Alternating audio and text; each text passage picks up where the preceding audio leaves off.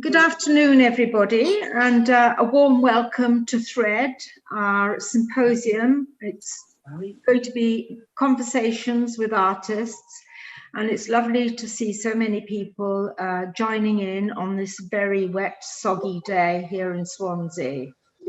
This symposium is being hosted by Elysium Gallery in Swansea, and it is supported by the Arts Council of Wales, lottery funding, and the University of Wales Trinity St David's. At Elysium, we are so privileged to be able to showcase the work of such esteemed curators and the contemporary artists, who many are showing for the first time in Wales, along with two emerging Welsh artists. This symposium is being recorded, and an edited edition will be posted on the Elysium YouTube channel at a later date, alongside the film A Thread Is. Information about the exhibition, which runs until the 16th of October, can also be found on the Elysium website, www.elysiumgallery.com. We hope that you enjoyed the day, and many thanks for taking part. I'm now going to introduce you to Suan, who is our Welsh speaker and one of our emerging Welsh artists. Suan? Helo, mae'n fraint gennyf gael y cyfle I groesawu chi yn y Gymraeg I Thread, ac felly, croeso cynnes I Thread, ein sgwrs gyda'r artistiaid. Mae'n braf iawn I weld mor gymaint ohonoch yma heddiw. Mae'r Symposium yn cael ei gynnal gan Galeri Elysium a'i gefnogi gan Cyngor Celfyddydau Cymru, Cyllid y Loteri a Ffydd Ysgol Cymru y Drindod Dewi Sant. Mae'r Elysium yn brwd iawn o'i gallu I arddangos gwaith curiadon mor uchel I parch a'r artistiaid textiliau cyfoesyn yn ei galeri. Mae'r digwyddiad hyn yn cael ei recordio, bydd y copi ar gael ar sianel YouTube y galeri cyn hir. Hefyd, mae'r arddangosfa Thread yn rhedeg tan yr 15 o Hydref. Am fwy o wybodaeth, ymwelwch â www.elysiumgallery.com. Mwynhewch y sgwrsiau a diolch am ymuno. Thank you very much, and back to Anne. Thank you, Suan. Suan has been a great help with us because a lot of us, I'm afraid, don't have very much Welsh. The programme today will include an introduction to the concepts of the exhibition and an introduction to the curators, who will then in turn speak briefly about the artist who they have put forward for selection. This will be followed by 3 conversations among curators and artists. Following each session, there will be a few questions from the audience and also those that appear in the chat room. The chat room's been organised by Imogen, one of our other student artists, emerging artists, and well, we're just brilliant for their help. There will be hopefully time at the end of the symposium for general questions. We'll be having a comfort break following the first conversation, so, you know, time to make a cup of tea and stretch your legs. Please mute yourself at all times unless taking part in the Q&A session. As I say, the chat room is for ongoing questions, comments, and information, and will include the gallery and artist website addresses. I'm Ann Jordan. I'm a fine artist working mainly with textiles and a founder member of Elysium Gallery, which was established 14 years ago. We are a community-based, non-for-profit organisation run by practicing artists. Elysium works very closely with the community, its partners, and provides a platform for established and emerging artists, whilst offering the best in the visual arts and other arts for the people in the city of Swansea. Just give you a quick introduction to the exhibition. I'm actually going to take a quote from our exhibition statement. Thread is a gathering of artists from different cultures and lived experiences, sharing common ground, an overwhelming interest in the very stuff of textile practice, of lives lived in and through the literal and metaphoric language of thread. Each artist recognizing the potential of one drawn out, spun out, teased out fibre in both singular and multiple forms to perform as storyteller, witness, soothsayer, and to be simultaneously capable of healing and harm. This long anticipated show has been further delayed by the pandemic, but now finally realized. Elysium is delighted that so many reputable curators and artists agreed to take part in it. It's been very much a team effort. There has been no hierarchies and everybody shares the space on equal terms. To help and assist in selecting artists and curate the show, I've been ably assisted by Angela Maddock and Lorna Hamilton-Brown. Both are practicing artists as well as curators. I'll just say a little bit about Lorna. I hadn't met Lorna before. Lorna has been referred to as the Banksy of knitting. Wow. She is a great advocate for equal rights, opportunities, fairness, and recognition, and this is reflected in her work. She questions the lack of visibility of Black crafters and documenting their hidden histories. Lorna achieved a first-class honours degree at De Montfort University and BA, and then a master's at the Royal College of Art in knitted textiles. A quote from her says, "In my practice, I combine my skill as an artist, researcher, educator, knitwear designer, performer, and video making. The process of making and aesthetics are of equal worth." She was also awarded an MBE for her services to the community and is patron of the Knitting and Crocheting Guild and a member of Vogue's Knitting Diversity Advisory Council. I know that she is going to be showing some work in the Craft Council soon, and we've seen it sort of growing a bit and been sewn up during our Zoom meetings.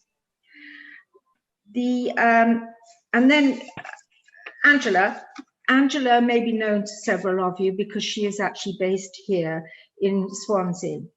Angela is a thread-based artist and academic who works with and through the literal and metaphoric language of textile practice. Angela is a maker, a teacher, a mentor, and a writer. She's currently developing a new body of practice around softness. Her recent work is a large-scale tapestry called Cloth Body. It has been shortlisted for the Cordis Tapestry Prize in Edinburgh, and we wish her every luck and every success. Angela has a PhD in textiles from the Royal College. She uses textile methodologies in healthcare teaching and in the art. She is a university lecturer and research fellow at Swansea School of Art, the university. It's not Swansea University, it's the University of Wales, Trinity St David's, and she delivers workshops. She also exhibits widely here and abroad. The exhibition was about diversity and inclusivity and a lack of hierarchy, connected through thread. Between us, we went through a rigorous process to select 4 contemporary textile artists: Raisa Kabir, Shelly Goldsmith, Shona MacPherson, Lasmin Salmon, and whose practices are very diverse and reflect their different cultures and backgrounds.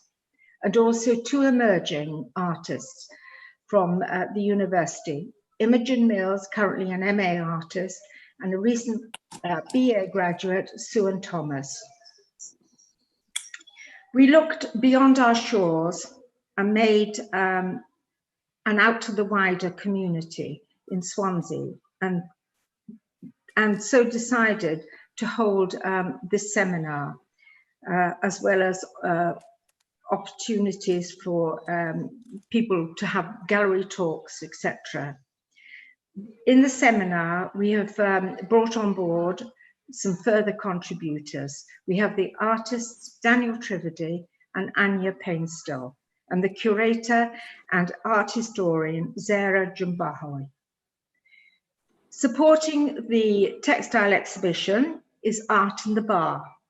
This is created by Swansea Crafties, an informal community group that meets every Wednesday in the gallery to exchange skills, stories, chat, drink cups of tea. Some come with very little or no experience.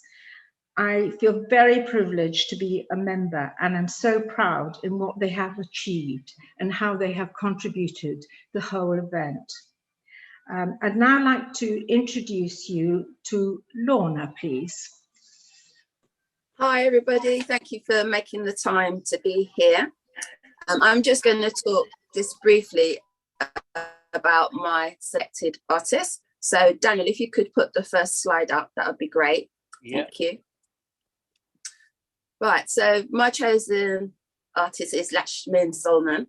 And as Anne has said, I feel it's very important that Black makers are shown. And when I was asked to take part in the show, what appealed to me was that there was no hierarchy.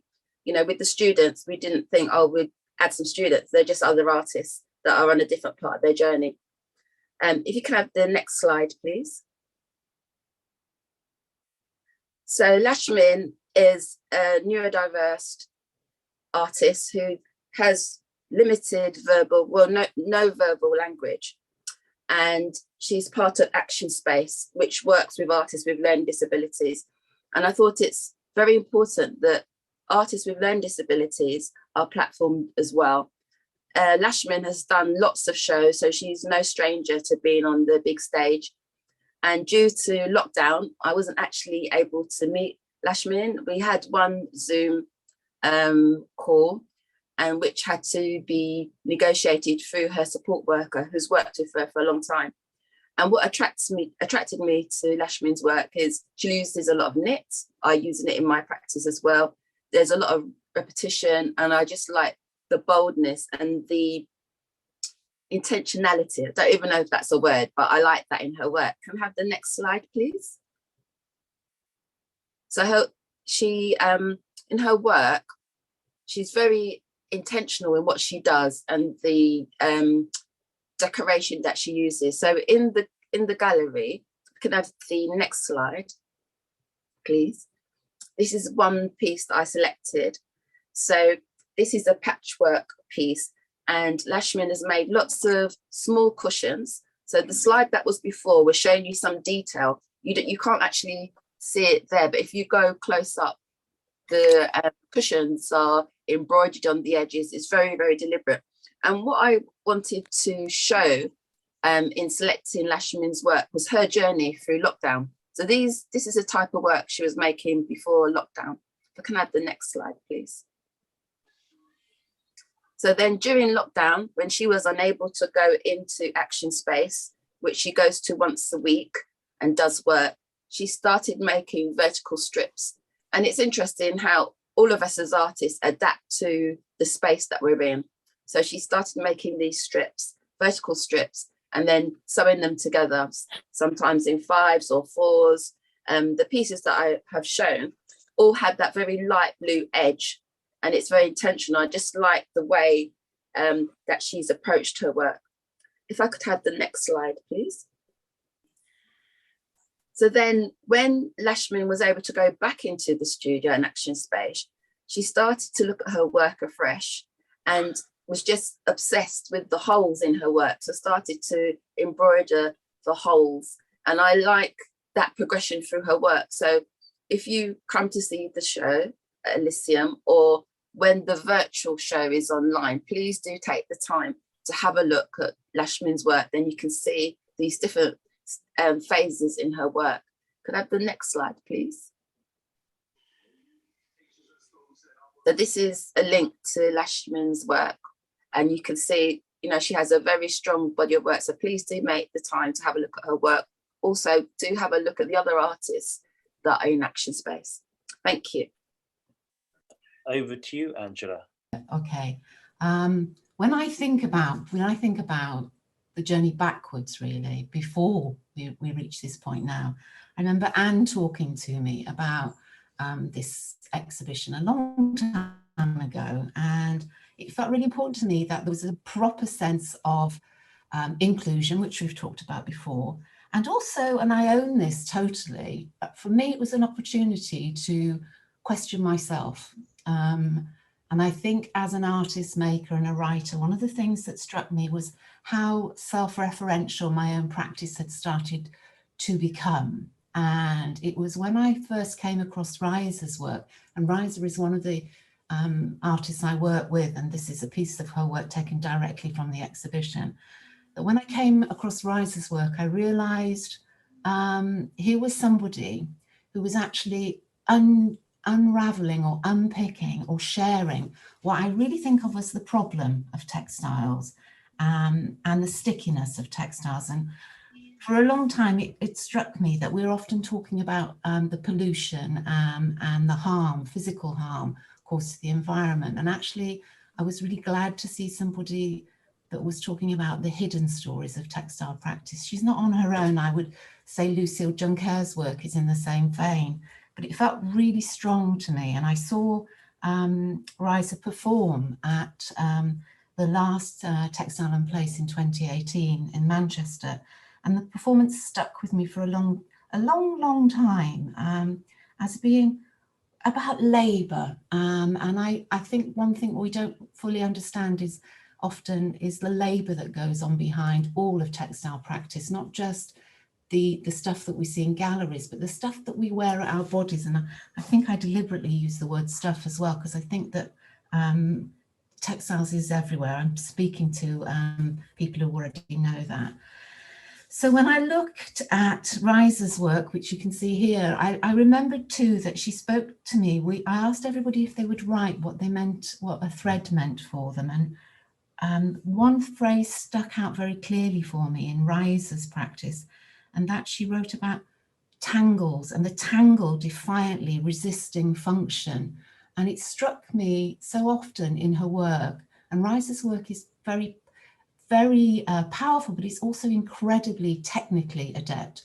I tapestry weave. I'm nowhere near as accomplished in weaving as someone as Raisa. So to me to hear her talking about tangles and unraveling tangles, I think in some ways that's her forte. I have to also say that looking at this piece on the right here, No Protection, when I've spoken with students about this piece, they've loved knowing more about what it means and to see that this is a really powerful statement, but is also there in the language of colour and depth. And for me, it struck me that a lot of her work for me has been quite disarming, and I think it's about time I started feeling a bit uneasy with some of my own histories and starting to challenge myself. So that's one of the main reasons I straight away thought about Raisa as being someone I'd like to work with. And also, very luckily, I went to Raisa's studio to collect this work, and this piece here is actually the first time it's been shown in the UK. Was commissioned by a gallery in New York, and I know Raisa will talk about it later, so I won't share too much about it. But I got to backstrap weave with her on looms, and that was a really special moment for me. And I kind of am now thinking much more about who owns the practices of textile practice, who do they belong to, where do they come from. So that's Raisa. And I ended up working with another artist as well who's in the exhibition, and actually I've been quite blessed really, and I mean that genuinely, by the opening up of opportunities to work with an artist has brought. This is Shona, and I'll be speaking in more detail with Shona later, and Shona's work, ins and outs and ups and downs. It seemed to me very clearly on that Shona's work has a really strong sense of narrative and the narrative thread. and her journeys with botanical dyes, and what some people would describe as the Anthropocene, the idea of where we come from. And I, as someone who's also worked with dirt and with soil, it feels really good to be working alongside or with somebody who's very invested in working out where we come from, how much we are connected to our earth. I would also argue very strongly that Shona's a storyteller, and I've enjoyed working with her on the journey of kind of writing a story, following the thread that started with sadness in her own life and her own journey. And also, we've met quite a few times like this to talk about how her work is developing. So these are the two artists for me for the exhibition. And I would say that Raisa obviously is very established, and that when I look at Shona's work, she's very emerging and has a really strong aesthetic and culture. And I'm just really excited to have been working with both of them, really. So those are the two. And now I'm going to thank both of them for working with me and pass you over to Anne, who is going to talk about Shelley's work. Thank you. One of the sort of criteria that we had for the show was to have artists who worked in different ways, different practices and things. And I was very excited when I first saw Shelly Goldsmith's work, because it's so multi-layered in concepts and narratives. Aesthetically, it's absolutely beautiful. There is skill and craftsmanship with stitch, and I was intrigued by the whole process of sublimation dyeing. The quality and, as I say, the skill is exceptional. I'm hoping that Shelley will tell us a little bit more about this process of dyeing, because with all the visitors that we've had to the gallery, they're absolutely intrigued by it, because they first of all say, oh, it's cyanotype. And I said, no, it's not cyanotype. It's a different method completely. The work is part of a body of work called the Locus of the Dress, in which Shelley, I understand, is exploring both the external and internal narratives that relate to us all. And I think in this way it's very accessible, because we all wear clothes, and we wear different types of clothes for different occasions, how we want to maybe see ourselves to the world, show ourselves to the world. We wear them as protection, we wear them as an armor. But it's also, I've been a dressmaker all my life, it also reveals the internal part of the dress, this dyeing process. And we see the hooks and eyes, the zips, the seams, and it's like the structure of our internal bodies. But also we have this internal space that explores psychologically what we are sort of thinking about, which may be very different from how we're actually trying to project to the outside world. Shelley is a very distinguished artist now. She graduated with an MA from the Royal College. She established the Textile Art Department in Winchester School of Art, which became part of Southampton University. And she's now a senior lecturer at the Creative Arts University. She's also exhibited globally at major galleries and museums, and her work is in many notable collections, including the Victoria and Albert Museum, Nottingham Castle Museum, the Craft Council, and the Whitmer Museum. She's, I think, a workaholic and a very active researcher. She's always investigating textiles at the cusp of fine art and craft practice. In 2020, she was awarded the prestigious Vesseline Fine Art Textile Prize, And she has also won the Jurwood Prize, and recently has been mentioned for received an honourable mention for the London International Creative Award. Shelley, we met on Zoom, and then she came down to install her work. And it was a wonderful experience for us all. She's a lovely, caring person and so willing to share. And I think, you know, when we actually install the exhibition, everybody mucked together and everybody shared everything. And it was just a lovely experience. And I know that she played a big part in this. I'm absolutely fascinated by her work. She does work with lots of people outside the art practice. She's worked with psychologists, she's worked with forensic scientists, and with people working in neonatal medicine. So her scope of interests and research are absolutely amazing. And I really take my hat off to her. And I'm just so pleased that she was able to join us. So thank you very much, Shelley. What we'll start now is our first conversation, and that's going to be between Lorna and Anya Painstall. Now, I know Lorna will introduce Anya to you because she isn't in this show, but she's actually got work in the Glyndwr Art Gallery at the moment. She won the Wakelin Award there. So I'll hand you over to Lorna. Thank you very much.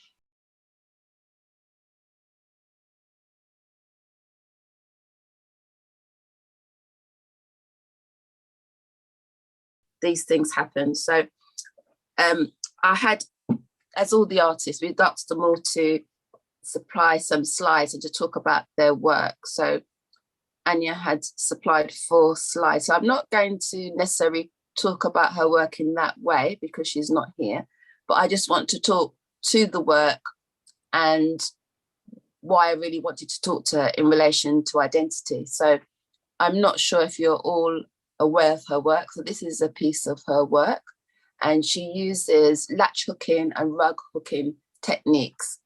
And there's similarities between her work and myself. So I use knitting and crochet like in my practice, and she's using rug hooking and latch hook hooking.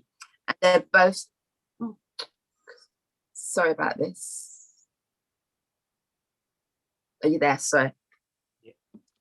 And they're both very domestic, seen as domestic crafts. And she wanted to do the same thing and subvert the rug making. She learnt to do rug hooking from her grandmother, who would use rags. And so that's something she learned. And can we go to the next slide, please?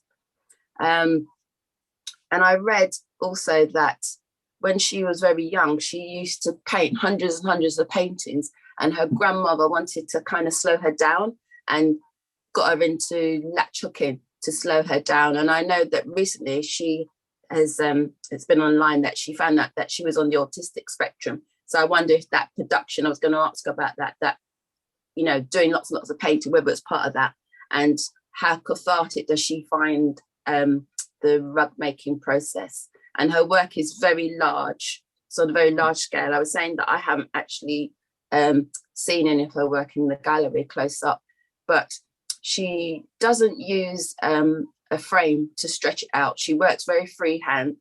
She doesn't necessarily draw onto the hessian. She works straight into it with the tool. So she's using the tool to draw. And a feature of her work, if we can have the next slide, is that she would use her own hair in the work. So at times she'll have a very big afro and she'll cut her hair and then incorporate her own hair into the work.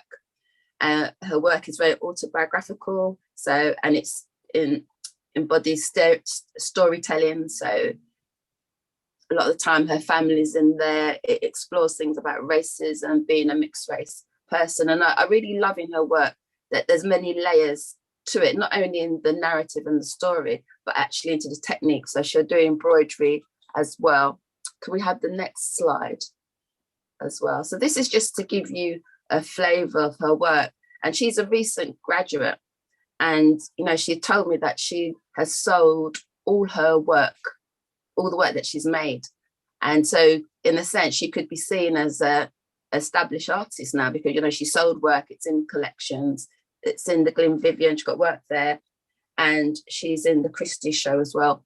So I just want you to sort of see her work. And if you've got any comments about her work, we can do those after the next section. So thank you.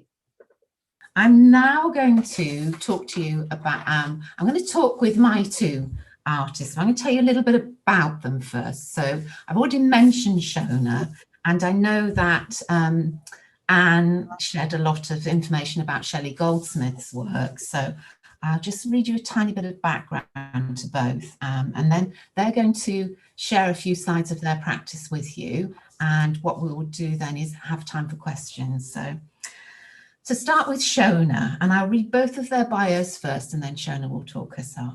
Shona Robin MacPherson has a degree in fine art from Newcastle and an MA in sculpture from Glasgow School of Art. Shona has exhibited widely in Scotland, England, and across Europe, including Iceland and Finland.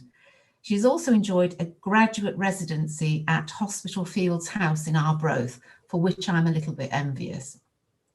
This is the first time Shona has exhibited in Wales, and we are delighted to have her here. It strikes me that Shona is concerned with all the material things that make us at our very elemental level. When I asked her, Shona, what a thread might mean, this is what she said, quote, "A thread connects us to our grandmothers, to landscapes, to the earth, and to our ancestors. It is a conscious celebration in a certain direction towards an uncertain storyline." Shelly Goldsmith. And I start because I can't resist personal stories. Shelly and I were sharing supper together when she visited to help install the exhibition, and we discovered we were born 2 days apart. So I think we might be some sort of strangely connected, which made me laugh. So she's 2 days older than me.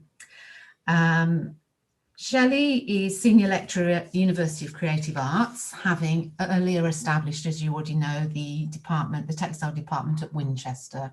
She's very widely exhibited, including, and her work is included in the collections of the V&A and the Crafts Council.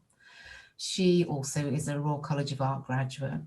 And when I asked Shelley to share some thoughts on what a thread might mean for her, she wrote me close to an essay, really, and from which I'll share this little paragraph, which, so like Shona's quote, seems to fit with this idea that I'm thinking of is apparent in both her work, and this idea of threads and narrative.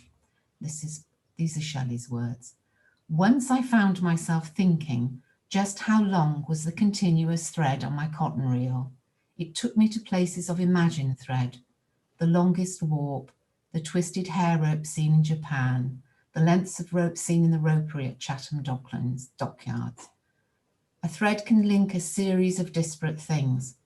Because they are united through their core by a single strand, they understand themselves to belong together."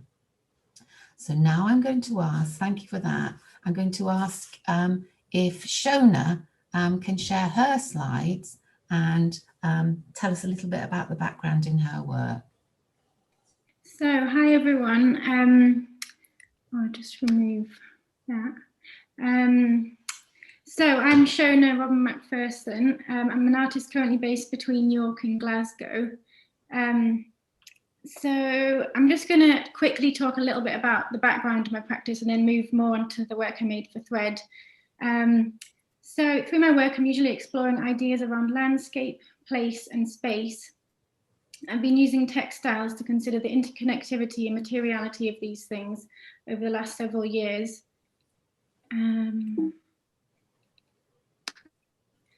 So just, that probably is better if that's not there. So this piece, Lawn Cloth, was exhibited as part of a group exhibition at Civic Room in Glasgow. It's a sculptural exploration into civic room's history as a linen bank in the 18th century, and incorporates images of the grass and wildflower meadow adjacent to civic room in the Greyfriars Garden. The images were printed onto sheets of silk habitat.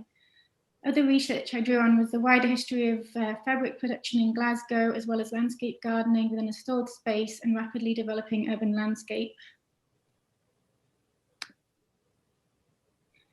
More recently, in June this year, I worked on a collaborative project in Glasgow as well called Those Who Possess Dirt. This involved a three-week residency in the East End, which looked at local ecology and involved a guided walk with a botanist called Keith Watson. An audio field guide was produced exploring local plants and focused on the use of scientific and botanical language. Those Who Possess Dirt is an ongoing project funded by Creative Scotland. So I'll just move on to the work made for Thread. So I'm just gonna, sorry this is a bit read out, but it's probably keep me more on track. So this is the work made for Thread. It's entitled Ins and Outs, Ups and Downs. This title coming from a poem by my grandmother. The research started for this work when my dad got ill in 2017, and I began thinking more of ideas around home and domesticity.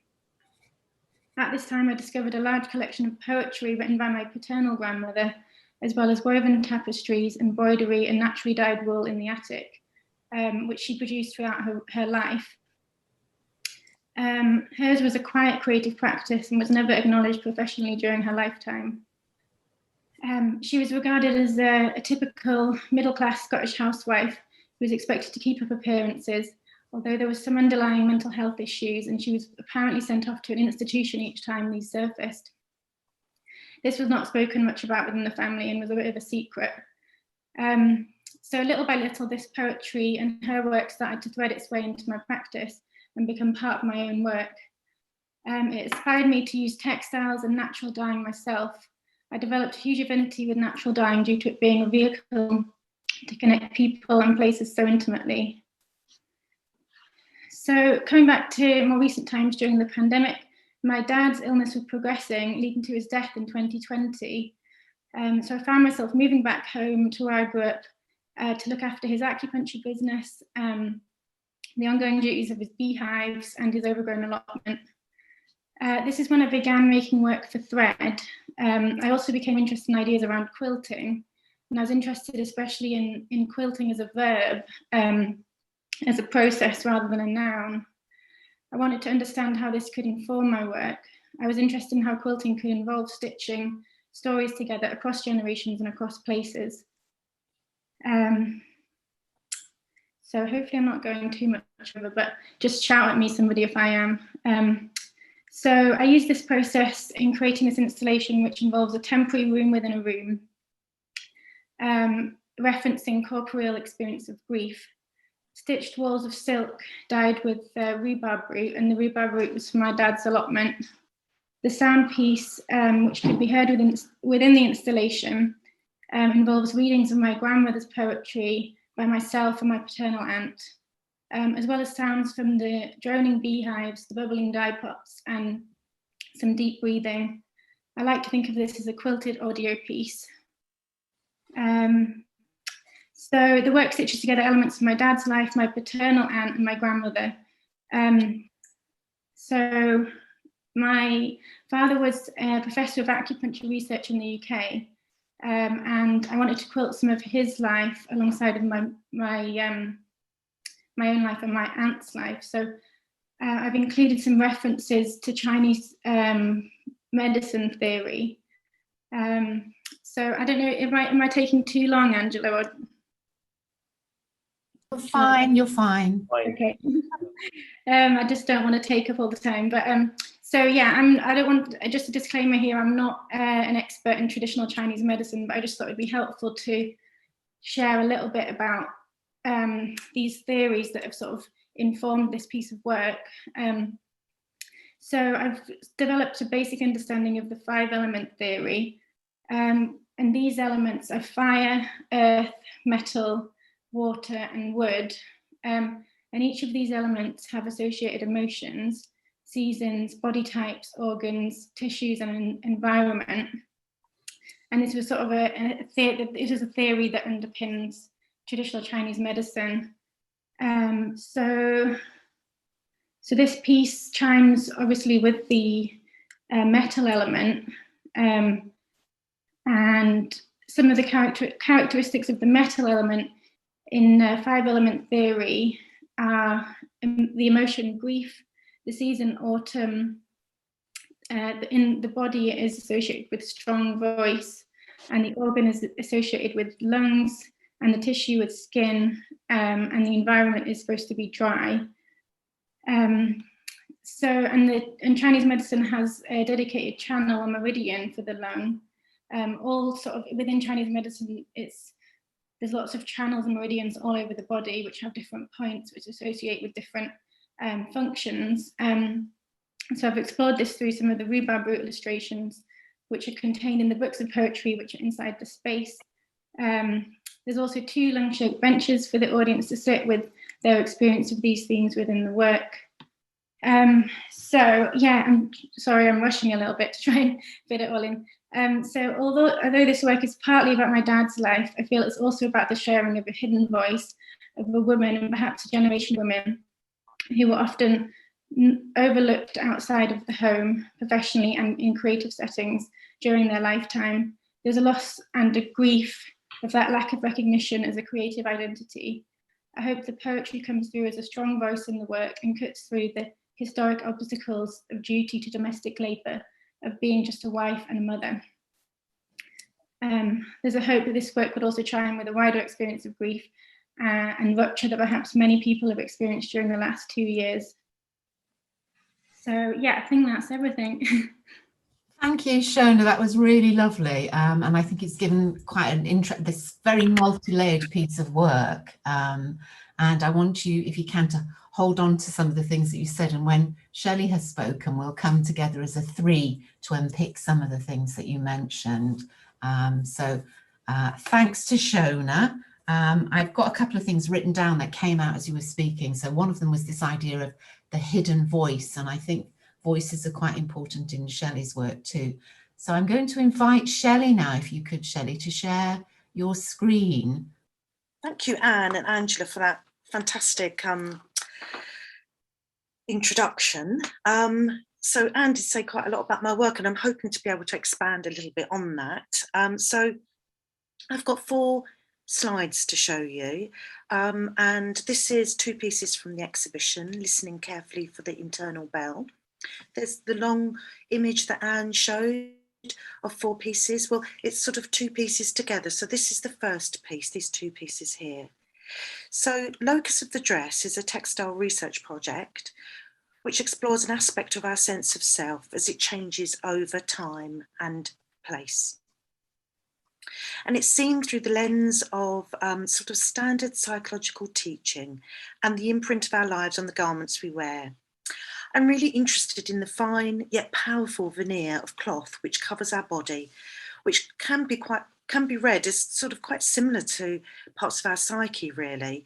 You know, the intimate part of our clothes that's next to our body, which touches our skin, mixes with skin cells and sweat, sometimes even blood. And then the outward facing surface of our clothes, which is a projection of us onto the world. More specifically, through this body of work, which is titled Locus of the Dress, I view garments as having 2 distinct landscapes, inside and outside, both depositories of memory and experience and boundaried by different parts of our psyche. I've spent time investigating the external and internal locus, a project that I've been doing for about 4 or 5 years now. I mean, I am a bit of a workaholic, and all of my projects take an incredibly long time. So the external and internal landscape of a dress. This is a form that I've, really investigated on, a lot of levels. I see it as a zone of psychogeography, a place I feel we inhabit as a home, physically and psychologically. Oh, very hard to say. I've been closely guided by J. Rotter's 1950s theory, locus of control. And through Arts Council and UCA funding, I collaborated with psychologist Dr. Herminia Hernays. She was then Director of Clinical Studies at the Maudsley Hospital in London. And between us, we explored Rotter's theory, which pinpoints our sense of self on a spectrum between external and internal. Although this has been a standard area of knowledge and practice in psychiatry since the 50s, it seems really very pertinent to me now. Those with an external locus feel powerless to life's events, feeling like things are just being done to them. However, we are all, on the other hand, striving for a strong internal locus, enabling command, responsibility, and autonomy. So this is the other piece of work that's on that wall in the gallery, Swaddled by the Sea. So the whole body of work, the whole locus of control body of work is an autoethnographic approach. It's that sort of key to my methodology, really. I mine my own psychological journey, and two pertinent geographical locations have been chosen, Cincinnati and the Phoenician coast. These are really key to my investigation. Cincinnati is where my parents emigrated to when I was at college and represents the external loci. And the Phoenician coast, where I live now, represents the internal loci. So the exploration of ideas and materials across the body of work and across the years of its engagement have really helped me in building resilience and mastering positive approaches to mental well-being. One of which is being sea swimming on the Isle of Thanet on the coast of Kent, where I live. So these two slides represent work from both these two slides that are, sorry, I'm going to go back. These two slides that are the blue ones represent work from the sort of extreme end of this body of work, locus of the dress. And then the symbol of the solo swimmer, I don't know if you can just see, there's a solo swimmer in this tidal pool in Margate, overlaid by the ghost of this dress. The solo swimmer has become a really strong sort of symbol to represent the building of resilience and autonomy, steering one's own direction. Sorry, I'm going in the wrong direction. Certainly, I feel that my own personal locus of control is slipping backwards. What with COVID and my university closing the campus that I teach on, I certainly feel like I am falling back on the spectrum. And this is something that happens. We don't all exist. We all exist at some point on this spectrum, and we can move up and we can move down. Nobody really exists on the outer poles, and it's something that through our life and through our sort of sense of self, we are able to navigate the world more easily and more in control. Two pertinent locations were chosen to represent the extremes, as I mentioned, of Rutter's theory. So Cincinnati, where my parents live, have really extreme meteorology, especially tornadoes. And so I went to the community library and I got permission to draw from their community photographs of the 1974 super outbreak. And this is a phenomenal incident where over 50 tornadoes hit Cincinnati and Xenia and the surrounding areas all at one time. And there were 10 tornadoes on the floor at the same time in the Cincinnati area, which I think is just, you know, just amazing sort of meteorological event. And in the end, I ended up just redrawing this same image of houses and these cars stationary with this incoming storm. The radio transcription of this day is absolutely chilling, but that's another story. That's sort of another talk, really. So I repeatedly draw and redraw with heavy graphite onto the outside of these reclaimed garments. So this is the beginning of this body of work, where we're looking at the external surface of the clothes that we wear. Sometimes the drawings are so heavy with graphite that it's weighing the garment down and leaking with darkness. But actually this body of work is massive, and I have been working on it for a couple of years now. It's over 50 pieces of work, and it's never been exhibited in one sort of full show of the whole spectrum. And so at the Thread exhibition, it really is much more towards the end, where we are sort of moving to the internal loci. And so just this few words on this last slide. I just wanted to talk about the references to the bell ladies and some of the materials used and the use of the wedding dress. So the bell ladies were picked up as trinkets in local second-hand shops, but they did come to represent something quite special for me in the work. I've been swimming around the buoys in Ramsgate Harbour, and I've become aware that further out there is a bell buoy. So a buoy that floats with a ringing bell on it, and it's ringing to steer sea traffic. I like the system of nautical navigation and the warning systems. This grew through the connection to the dresses for giants and the bell ladies, in which I started to consider what would it be like to have one's own real-time early warning system under your skirt. And so in the final sequence of the work, Dresses for Giants, I've used reclaimed 1980s polyester wedding dresses bought in Cincinnati to visualize the ultimate state of Rotter's theory. The dress is made of toxic materials, polyester. It is reinvented and transformed through whole garment dye sublimation processes, what Anne was talking about earlier, leaving a print behind on the backing cloth, which is more like a photographic historical gown, a photographic representation of a historical gown. The inside surface of the same dress is repeatedly printed. The polyester we have on the planet is not going away anytime soon, and I am committed to utilising it in creative ways to present opportunities to discuss sustainability and wellness. And so if I've just got time to just tell you that the process uses dispersal dye in 3 states, so solid, liquid and vapour, and you sandwich the dress between a piece of fabric and a piece of dyed paper, and you heat the dye up to 200 degrees. It turns into a vapour. The vapour travels through the dress and leaves this imprint behind, which almost looks like a photograph, but it's a manual process, and it's all about what's left behind on fabric.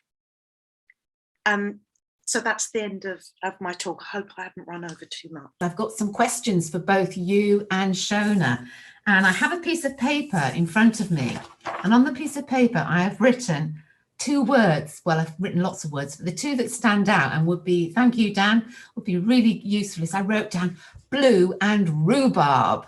Yeah.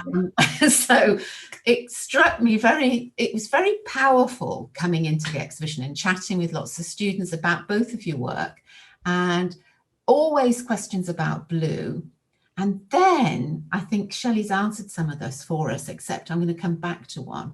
This question about rhubarb. And for both of you, it feels to me the materials and methods are really significant in your practice. So I want to ask you, how do your explorations of materials inform the work that you're making? Have you found things happening either with dye sublimation or with botanical dyeing? So you're both working with dye. Have you found anything happen that's changed your practice? Well, I'd like to just quickly say that when I first put the whole dress through that process, that I didn't know what would happen. Mm-hmm. So that was just an accident. Mm-hmm. And every single time I do it, I'm blown away by the amazing results that very simple analog process brings. Yeah. The only reason I've used blue is to connect it to the sea. It could be any colour. Dye sublimation with dispersal dyes could be any colour, mm-hmm. but the blue is important for me. But unfortunately, it does seem to send people off in the wrong direction to understand the process because they think it's cyanide. So there's a magic happening, isn't there? And I think one thing I'm going to do before saying anything else is to say there's time for everybody else to ask questions. So please put them in the chat box if you want to ask. But I want to go to Shona now, because I was really kind of touched when Shelley got so excited about describing that excitement she has when she sees something, that sort of squealing excitement when something comes out. And I have been dyeing botanically recently, but on nowhere near the scale that you have, Shona. And so I'd like to ask you, Shona, tell us a little bit more about, if you could, the magic of rhubarb and how rhubarb informs this body of work. Yeah, I think when I first started to think about using rhubarb, it was just because it was one of the things on my dad's allotment, and I had this allotment. It was actually more overgrown since I've been looking after it, definitely. And there was lots of rhubarb, so I just thought about, I was kind of experimenting with lots of different things, but rhubarb, I think it's just really nice because it's something that's in the ground, and roots give so many different colours. And so if you mix rhubarb root with something acidic, it goes more yellowy, and if you mix it with something alkali, it goes more orangey, reddy kind of colour. So you can get a huge spectrum of colours. So the silk that's in the exhibition is all entirely It's 4 o'clock. There you go. So yeah, just I don't think I ever made one dye pot that was the same colour, and I didn't even try to, but it would have been impossible, I think, because there was just so many different variations, and there's also the temperature and what pot you use, and so I definitely was, I think dyers are often trying to get the same colour, but I think I was always trying to get a different colour, so I was probably doing the opposite of what I should be doing. I like that sense that you weren't trying to repeat something, it was always a fresh journey. Yeah. I think too, and I listened to you both here, that how important the body is in your practice as well, not just other people's bodies, but your own bodies. And you both talk about the labour that's involved in your work and how long it takes. And I also have, you know, Shona talks about the lungs. Shelley has got this lovely, and I hate to be Freudian, but I'm going to say it anyway, this bell under her skirt that, you know, there's this kind of like hidden thing that is a sign of warning, but it's also potentially a site of pleasure. And I wondered if you could talk a little bit about how the body is made available to us in your work. Shona particularly about the lungs perhaps, and Shelley about like you talk about the inside of the dress and the garment and the skin on cloth contact. But I'm going to ask you if you can respond to that a little bit more. How is the body made available to us in your work?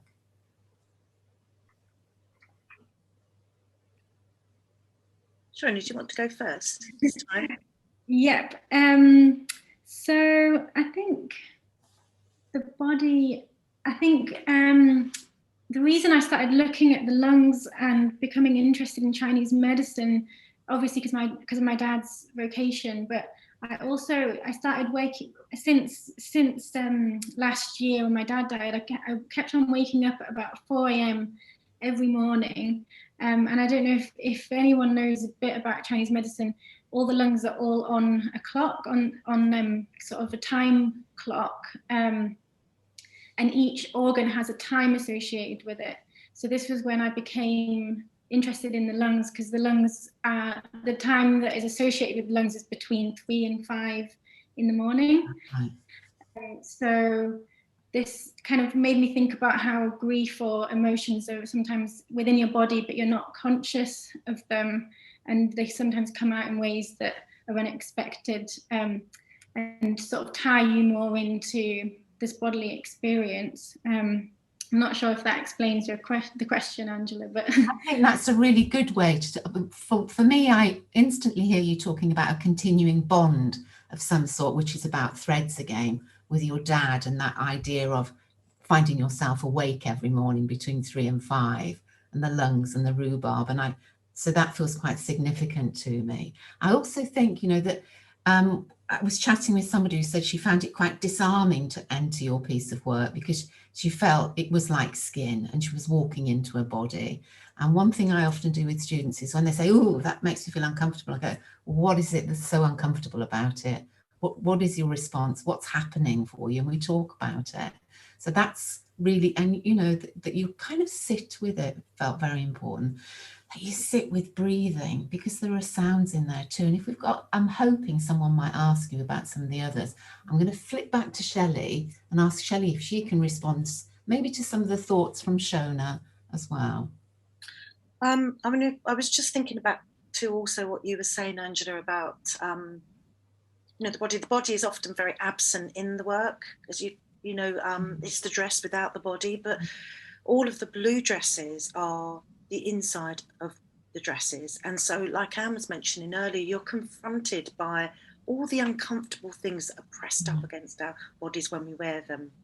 All the metal, the hook and eyes, the metal zips, you know, and how the more up the couture range, more expensive your clothes are, the inside are more comfortable to wear. And actually, the cheaper it becomes, the more plastic is involved. It's very scratchy and it's poorly made. But also, like, some of the titles give clues to the absent body. So one of them is about fitting around a changing landscape. So that's about how bodies change shape through our lives and how the dress has to expand and be taken in and taken out and cut and added to, and you know how that's a little bit like the tides coming in and out on the island. But also I'm using the seams to sort of imagine that. I love that. That's a beautiful connection between the expanding and contracting and changing body, and the same with the landscape as well. That's a really nice thought to hold on to. It strikes me just before, I think we probably ought to finish chatting, because then we can bring in some questions, but it makes me think, and I look in my mind's eye at both your work in the gallery now, and I see these beautiful blueprints that come from these polyester dresses, and I see Shona's work, which is this completely revered fabric, silk habitat, that it's light, that it's something that, you know, we all kind of, we fetishize silk. And then, so we fetishize the blueprint from the polyester and the silk in different ways. And I kind of was hoping, you know, that's quite an interesting thought as well, really. And I'm wondering if I can bring Imogen in to see if there's any questions. And if no one's added a question, if they might have, we've got a couple of minutes for questions. Yeah, actually, we've got a lovely one from Emily Lawrence, directed towards Shelley. She's just wondering if you could talk about the warning bells under the skirts and how that relates to women's safety, which is on everyone's minds right now. I think I'm not thinking about physical safety. I'm thinking very much about keeping ourselves safe in sort of an emotional way. And I've been reading a lot about the navigation of ships around the Isle of Thanet and how those warning bells on the buoys are navigating those ships into harbour safely. And I suppose I just like the idea that if you are starting to see signs of emotional breakdown, that you have that internal warning system. And listening to that question, I think that's really prompted me to think about it in a physical way as well, about how we need to keep ourselves physically safe as well. So I'm definitely going to take that away and process that a little bit more. I don't know if that answers the question. I think it's a good one to, I often say with questions and with mentoring and things like that, often everybody learns from sharing a question. I think that's important. I was wondering if there's anybody who would like to ask a question who doesn't necessarily want to put it in the chat box, who might just want to come and speak. And if whilst you're kind of doing that, one thing I like to ask people is, I'd like to ask both of you, Shona and Shelley, if there is something that you'd like to share about your work that you haven't shared yet, that I haven't asked you about?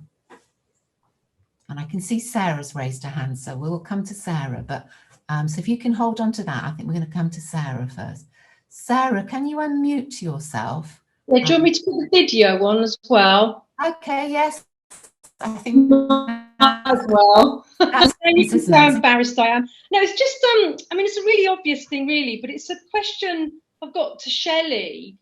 You talk about like the parallels of the the internal and the external in your prints, and I just wondered whether you'd done any exploration with cloth and X-rays or scans, because they do really remind me of like those medical imaging things that you get from X-rays and scans. I just wondered if that had been anything that you'd explored, especially as we're sort of talking about, well-being and those parallels, and whether, I don't know whether I mean, it's probably quite an obvious thing, an obvious question in a way, but I just wondered if you've explored that, or whether that's been something that's been open to you.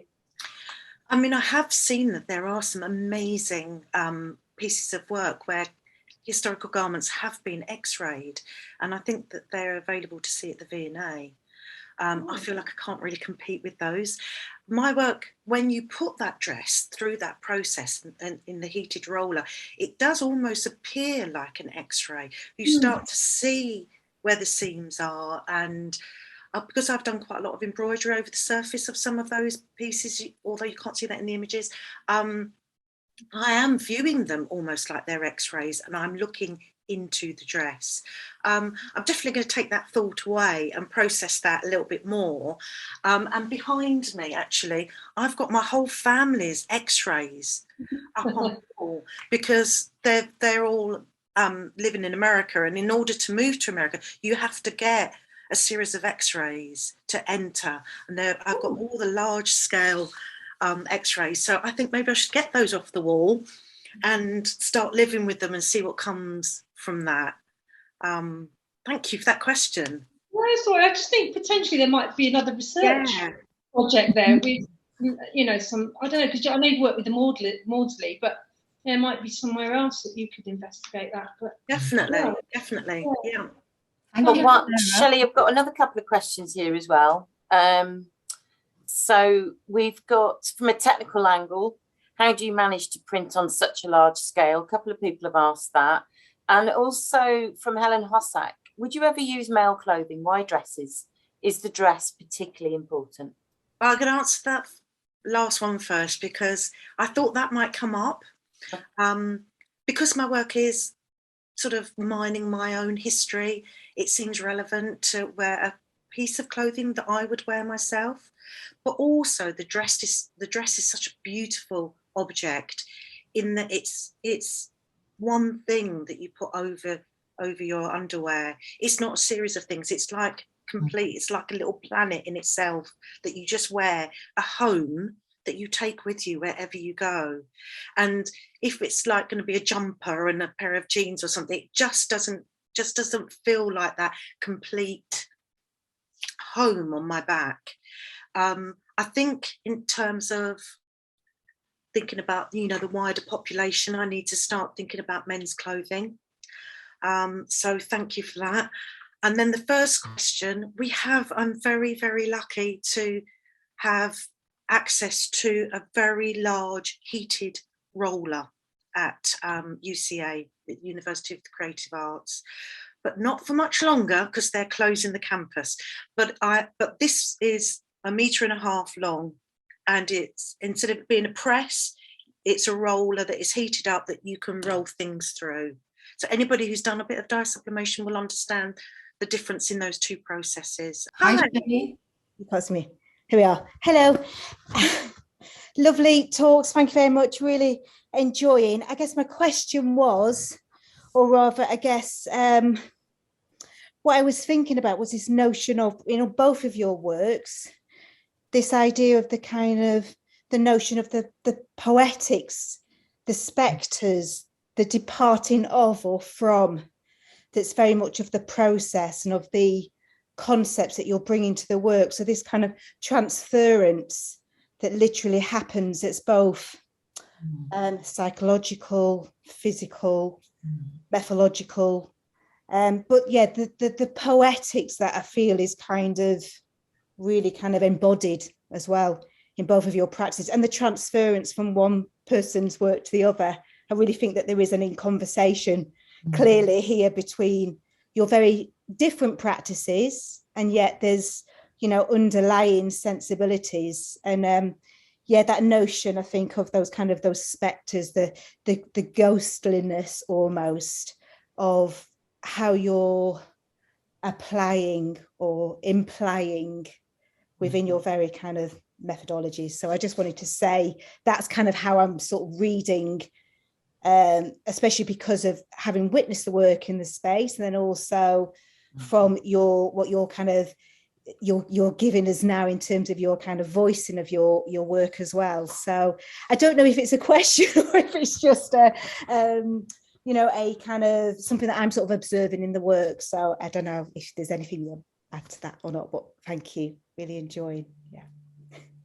I like that idea of spectres and transference. I think often when we have a relationship around accommodation and conversation with our materials, and I think that's really apparent in both of your bodies of work. Oh gosh, use the word bodies as well.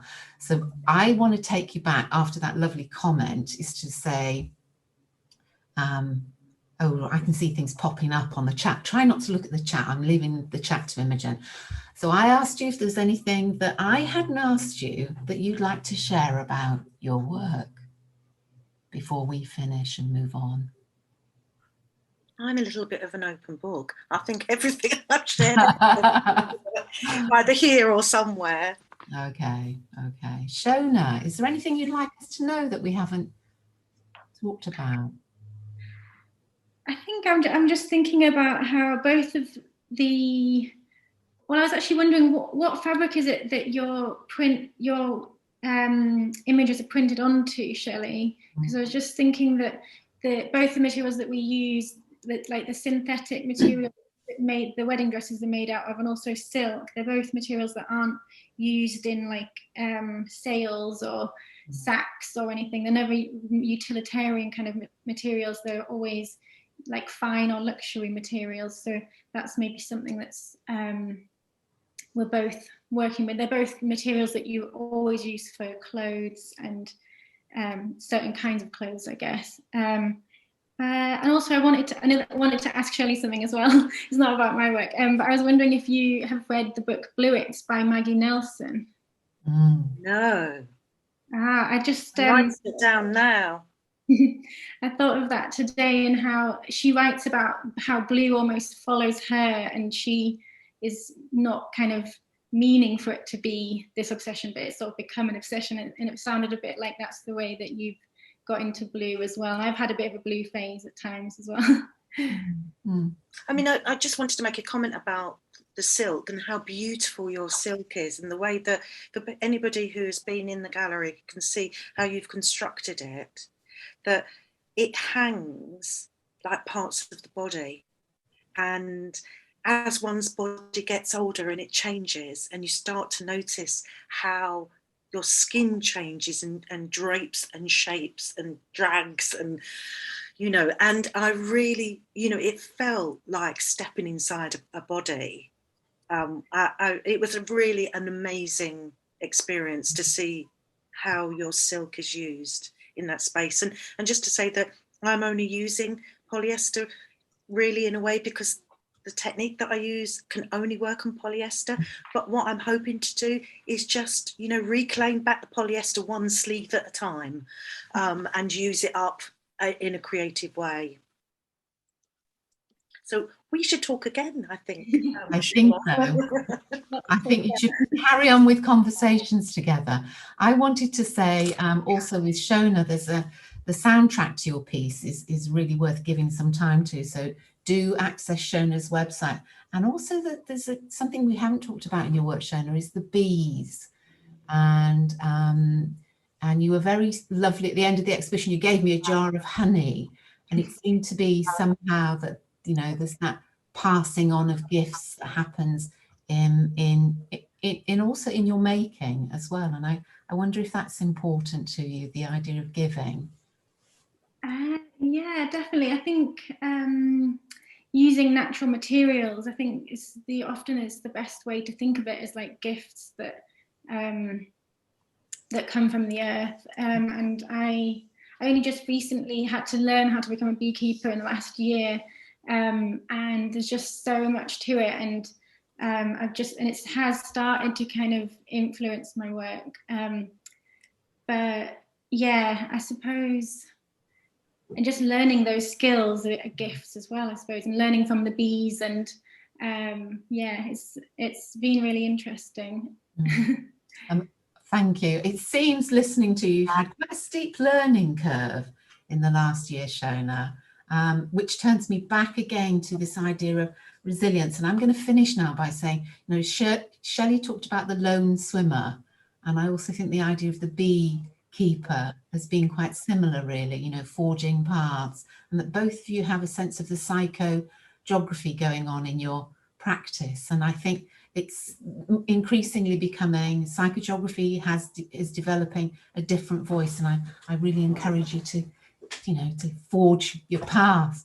Thank you both very much. I've loved working with both of you. If there are any questions that we haven't answered, if you can put them in the chat, and if we have time right at the end, we will do. Yeah, so Zhera, over to you for introductions, I guess. So what I'm going to do is quickly introduce Daniel and Raisa. Raisa can do her screen share, and then Daniel can do his, and we'll have a little conversation, which we've already sort of shared some question and answers. Okay, so Daniel Trivedy, because we don't know him, is a multidisciplinary artist of Indian descent based in Swansea.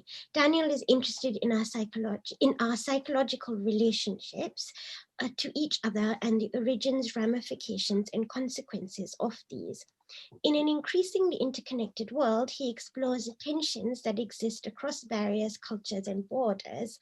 He's also interested in the tensions that arise through marginalized histories and the prevailing narratives that often seek to undermine or negate these. Daniel sees a potential positive in Claire Bishop's notion of dialectical contemporaneity, which we can ask him more about, an anachronistic action that seeks to reboot the future through the unexpected appearance of a relevant past. So that's a quote. As a multidisciplinary artist, Daniel is interested in the language of materials and the ability for them to shift and change depending on context. He's constantly seeking to find a balance between materials, concepts, and process.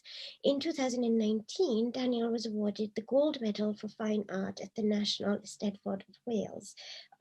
His work, Welsh Emergency Blankets, draws upon key strands of conversation in his work, namely connection, belonging, and cosmopolitanism. A quote about his practice: I use art as a method of inquiry and investigation into areas which perhaps have no easy solution. My working method involves a process of conversation, material play, and text-based research.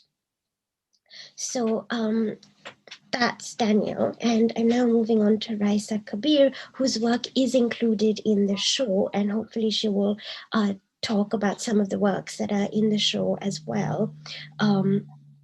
So Raisa Kabir is an interdisciplinary artist who utilizes woven textiles, sound, video, and performance to translate and visualize concepts concerning the politics of cloth, labor, and embodied geographies. She addresses cultural anxieties surrounding nationhood, textile identities, and the cultivation of borders, as well as examining the encoded violence in histories of labor in globalized neo-colonial textile production.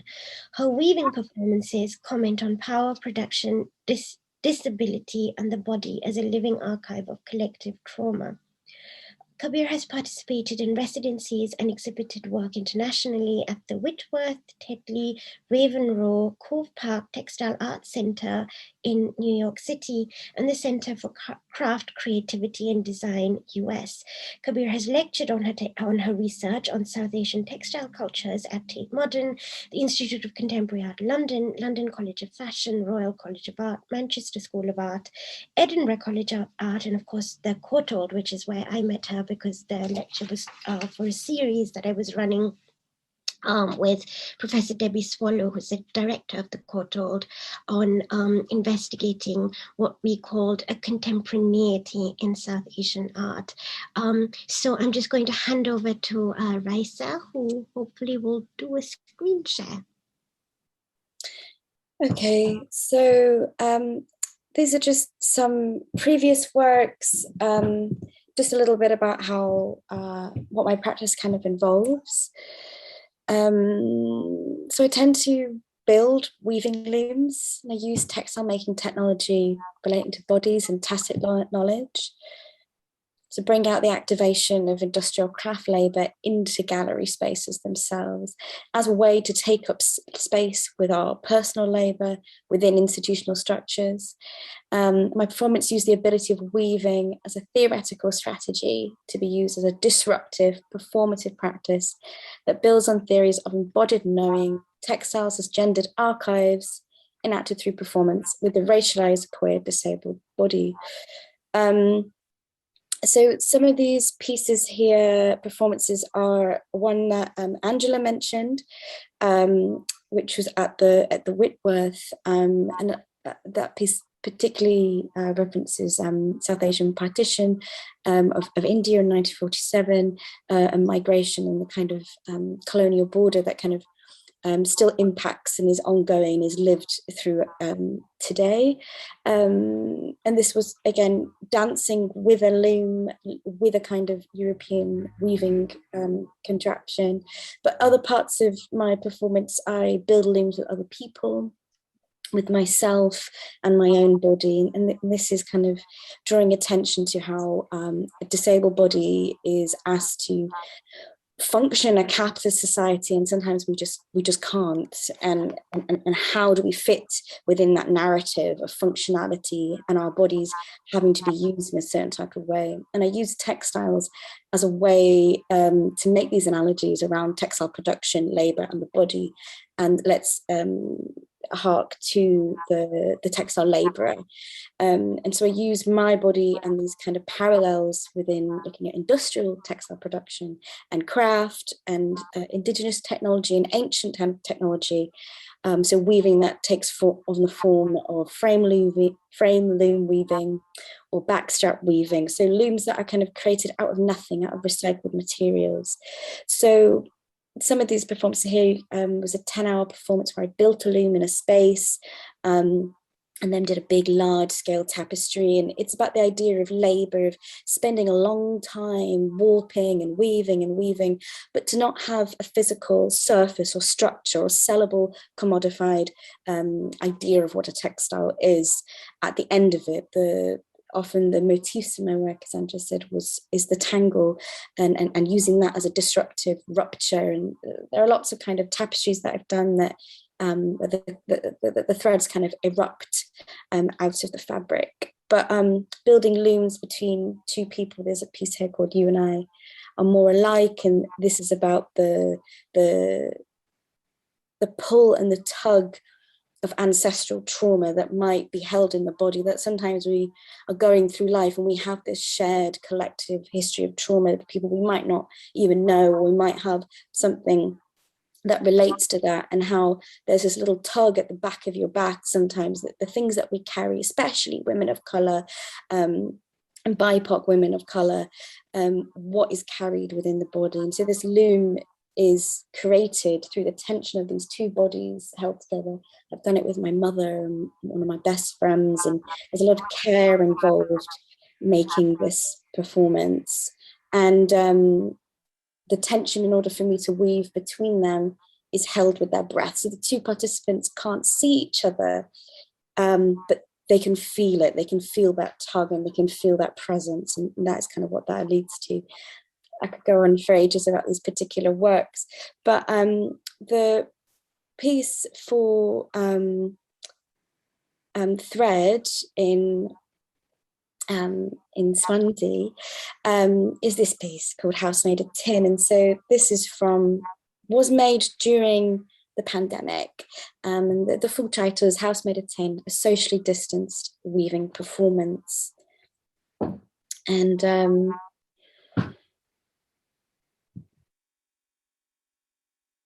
yeah, I was going to read something that I'd written, but I think it's okay. Okay, yeah. So a little bit of the background. So this was commissioned by the Ford Foundation Gallery in New York, and they approached me wanting to do a series for indisposable structures. It was an online series, and I proposed, I'd already had this idea perhaps before the pandemic had hit. And as you can see in a lot of my works, I build looms with people, and I explore the idea of tension and how, in order for production to happen in any kind of form, say knitting or weaving, we need to have tension. So what kind of activates the tension is allows the series of gestures and repetitions of craft allows a structure to be formed, or allows the existence of that production. And I had been trying to think about, what does it mean to be anti-production? What does it mean to resist these ideas of kind of making? And I think if someone has their mic on or something, because I can hear my voice coming out of someone's screen. If you want to make sure you're muted.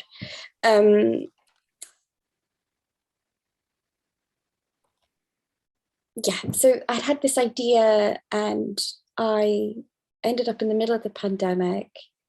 Someone had asked me to do a proposal, and I sort of had this scribbled drawing, and I was like, something about not just one loom between two people, but something about that drew upon the idea of these different looms interconnecting with each other. So it became this matrix, it became this thing that kind of sprawled out, and it was quite ambitious and trying to think about this big performance. That proposal got rejected by that other gallery. And then when the Ford Foundation asked me specifically about this piece that was about disability and disabled people, I was like, this is what it is. And by this point, this was September in the pandemic. And I was like, I want to do this performance, and I want to pay people properly. And so everyone is a queer, disabled, Black or brown or trans performer.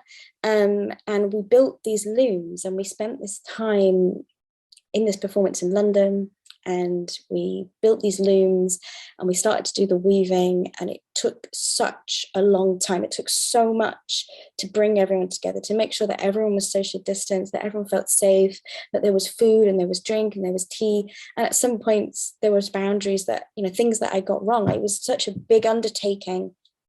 But it was so special at the same time. And so this was filmed and turned into a performance film. And the film is on show in the gallery. So this is probably the only place in the UK, I think, where you can see it right now, because at the moment it's sort of living online, and if you can get a chance to watch it, it really sort of brings it together and brings it to life.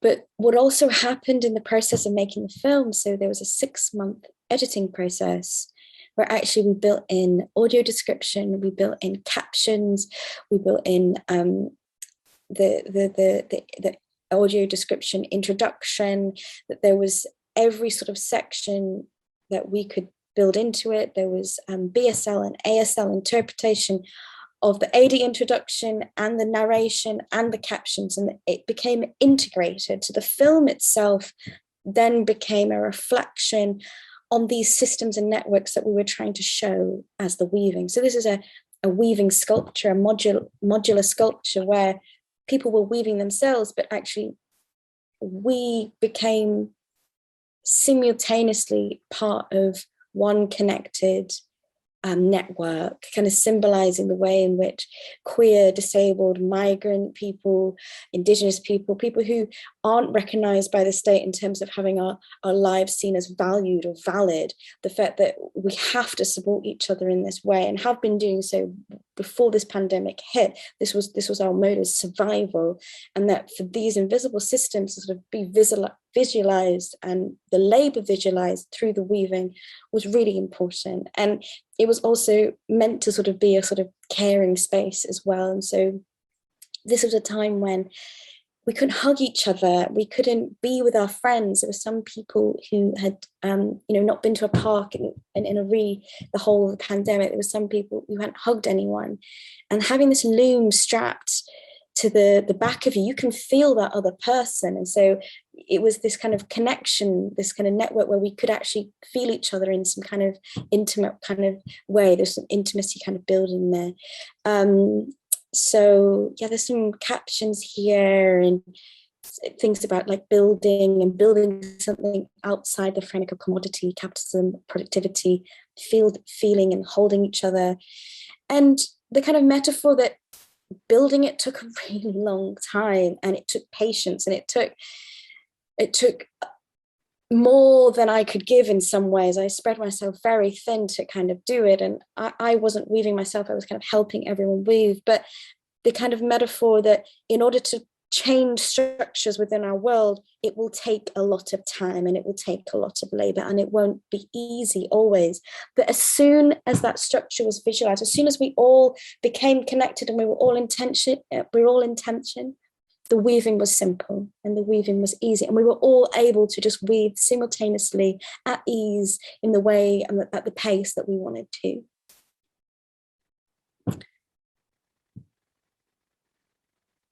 Okay, and so we have here the second piece that's in the show, and in some ways it's called No Protection.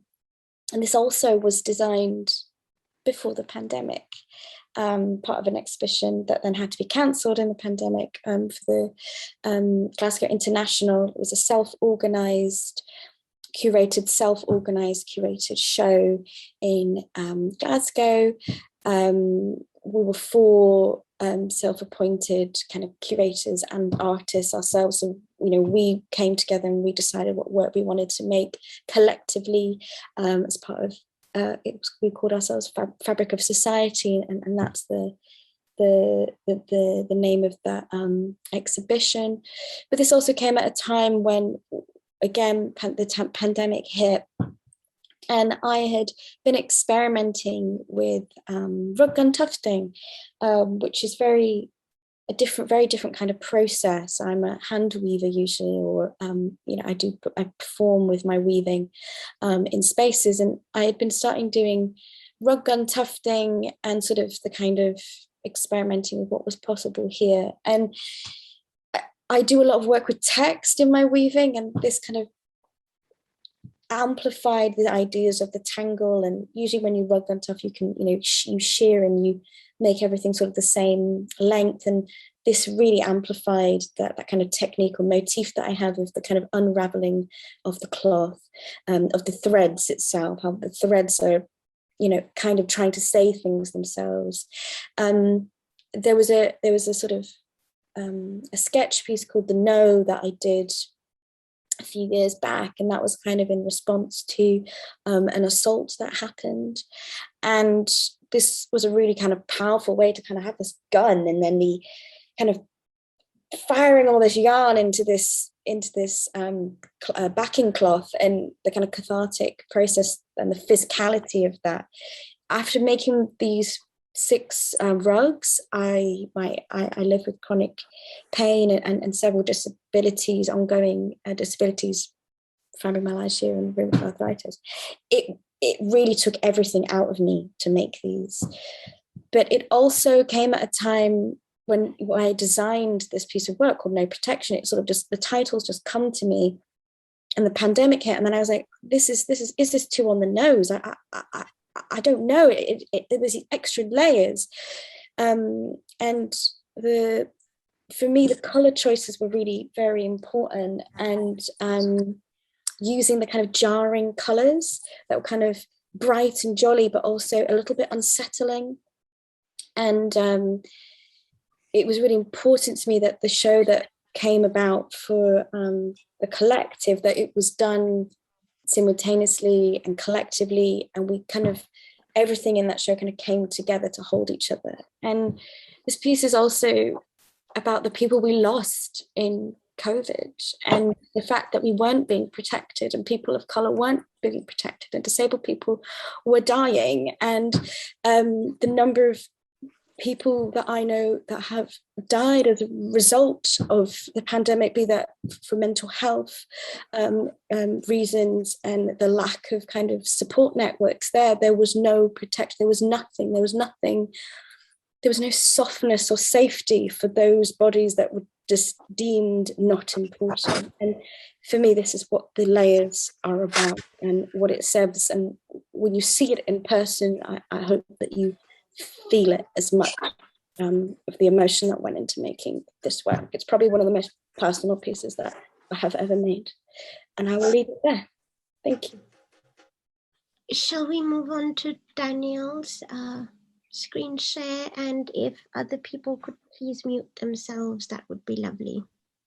Okay, so this is me, Daniel Trivedy. I'm a multidisciplinary artist. I don't always work in textiles, but I want to talk about this one piece and its genesis. So I'm interested in belonging and how do we belong? So naturally, one of the things I've always been interested in is migration. So in 2012, I think, around about that time, I was particularly getting interested in migrants crossing from Africa into Europe. And certainly thinking about those ships that had sunk around Lampedusa, you know, this really sad journey, that these difficult journeys that these, you know, refugees, asylum seekers was trying to take. And in some cases, you know, lost at sea. So that was kind of really the starting point, I guess, of this work. And one of the images that I think about when I think about back to that time is seeing these images in the newspaper of migrants who had arrived in Lampedusa, who were like wrapped in the gold emergency blankets. That's you know, it's one of the kind of iconic kind of shots of thinking about migration, and I always associate with those gold blankets. So fast forward a little bit, and I couldn't get out to Lampedusa. I really wanted to, but actually in 2015, the conversation became a lot closer to home. So in Calais, I know you will all know this, but in Calais, there was the jungle. It was home to 10,000 migrants at one point, many of which were trying to get to the UK to start better lives. Now, that is one place I could get to. So I got on the train to London, I got on the coach, and then and onto the ferry, and just arrived in Calais. And I decided to go to the jungle. I went there, and it was really interesting to me because I heard how it was being talked about in the media, but I couldn't really understand it. And I wanted to really understand it for myself, and thinking about why people were making those journeys. And I met a man from Parachinar. It's on the Pakistan-Afghanistan border. And he told me the story. He was a male nurse. He'd seen horrific things happen as a result of ISIS. And he was telling me about it firsthand. And I remember thinking at the time, when a lot of this reporting was going on, what we heard about the geopolitical things. What are the push factors? What are the pull factors? Why are people wanting to come to the UK? Why are they pushed towards the UK? And we were hearing like bodies, we were hearing it as data, but we were rarely hearing about the story. So that really hit home. So geopolitics all suddenly made sense through this one story for me in a really strong way. So I'm showing this sequentially, but this is probably not how the work came about in this sequence. So I'm going to jump quite a lot now. So this is the National Woolen Museum in Trivedy, and they produce Welsh blankets there. There would have been a lot more mills at that point in Trivedy and all across Wales. Obviously, there's a lot less now. But if you don't know, I'm not sure where everyone's dialing in from, but this is what a Welsh blanket looks like. And when I started looking at this, it was really interesting because I started talking to people about that, and it was the associations people had with that blanket. It was all about heritage, it was about comfort, it was about Wales, it was it had a lot of really positive connotations, and there was more. So there was like, people were telling me that very often when people got married, they would be given one of these Welsh blankets as a wedding present. It was a very, very common wedding present.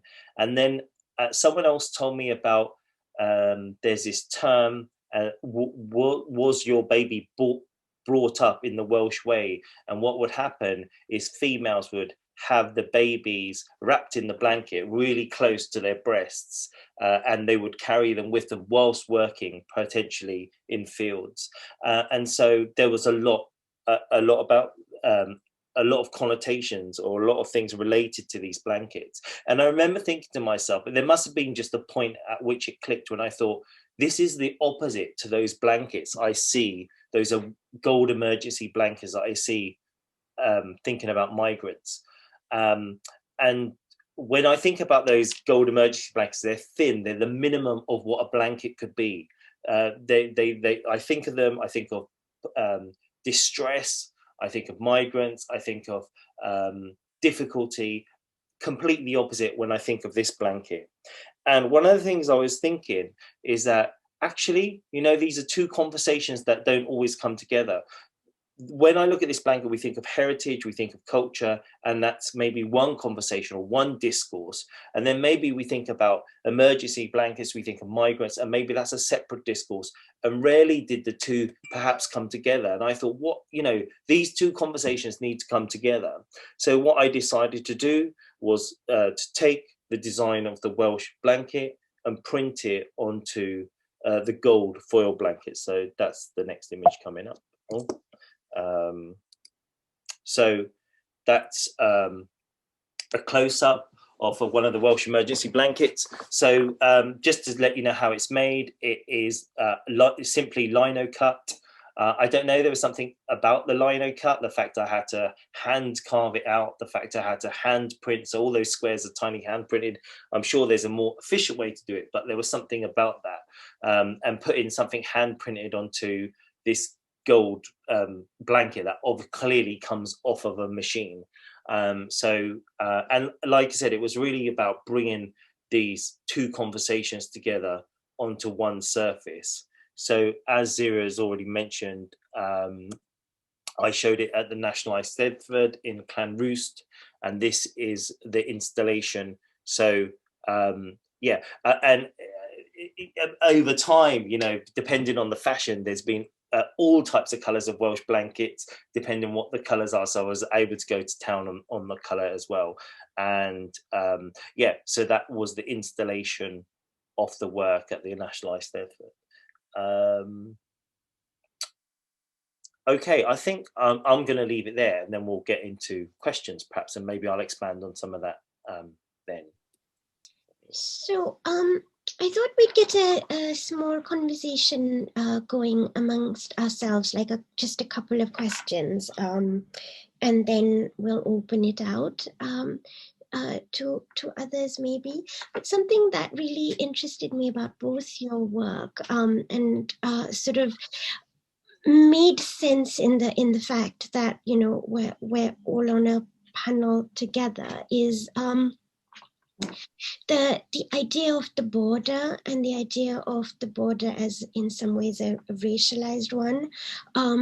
And I wonder if, you know, we can talk a little bit about notions of identity when it comes to sort of crosses over with ideas of statelessness and the nation. And I know, Raisa, your work is also very much about that.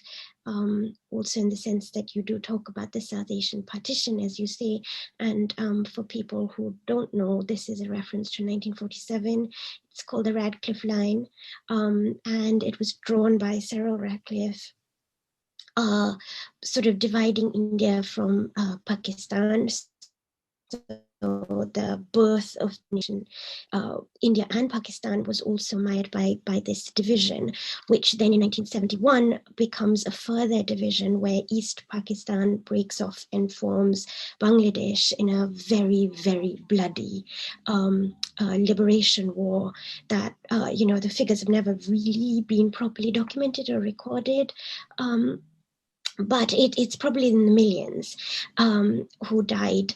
So I mean the sort of context of the history of nation and statelessness is something that sort of obviously is in Raisa's work, but then Daniel as well, when you talk about the notion of care and the Welsh blanket, but with very ideas of sort of migrants and refugee crisis. And I wondered if both of you could say a little bit about how it relates to what you're thinking through. You go, Daniel. Yeah, okay. I mean, I think what was happening in 2015, what's still happening now, is there's this hostile environment and towards migrants, to immigration, and yet we find ourselves in the middle of this fuel crisis. And I know they're not, I'm conflating things together a little bit here. And there's something going on, because there's another little layer to this, which is when people start making migrants scapegoats for things, it actually internally affects communities as well. So what I'm trying to say that is like, if we start saying, oh, this is the reason why our doctors queues for the doctors are going up, this is why there's not enough jobs for British people and all the rest of it, we start using that as an argument, then actually internally people start asking themselves, well, actually, what about the migrants that are already here? Are they already taking our jobs? So there's something really happening here. So my work really was designed to reduce and rethink those conversations around refugees and asylum seekers. So really interestingly, I've obviously looked at everything around it. Other countries didn't use the word migrant. That's the government term that was then adopted by the BBC. So in other countries, they adopted the term sanctuary seeker, which has a totally different light on it. And I think, I was just trying to think about the communities in Wales, there's this saying, there's always a welcome in the valleys. That's something the Welsh have always done. And I didn't want them, I don't want us to get caught up into this hostile environment. There's another conversation that can emerge, and one of inclusion and inclusivity. And that's what I was trying to elicit through the work. I think when we talk about people who've had to endure forced displacement, the things that get left behind, being forced to, leave everything that you have, that you have come to know, and cross a border or flee a land, get on a boat. We see this happening again and again. And I obviously reference the partition in my work, but I am referencing all displaced people and people who've had to flee. The things that we take with us are textiles, but they're the things that represent culture, represent home, and in the kind of intangible heritage that is found in textiles, dance, song, food. These are the things that we take with us, dress. They become extra valuable, and they become imprinted with an extra kind of embodied culture that was lost. And the things, it's that kind of continuing loss when you lose your land and there's nothing kind of tethering you back and you can't return. It's a very painful thing. so my work definitely taps into these ideas, and we see that with lots of textile artists, looking at sites of conflict and textiles and the politics of textiles, and this is where they kind of intersect.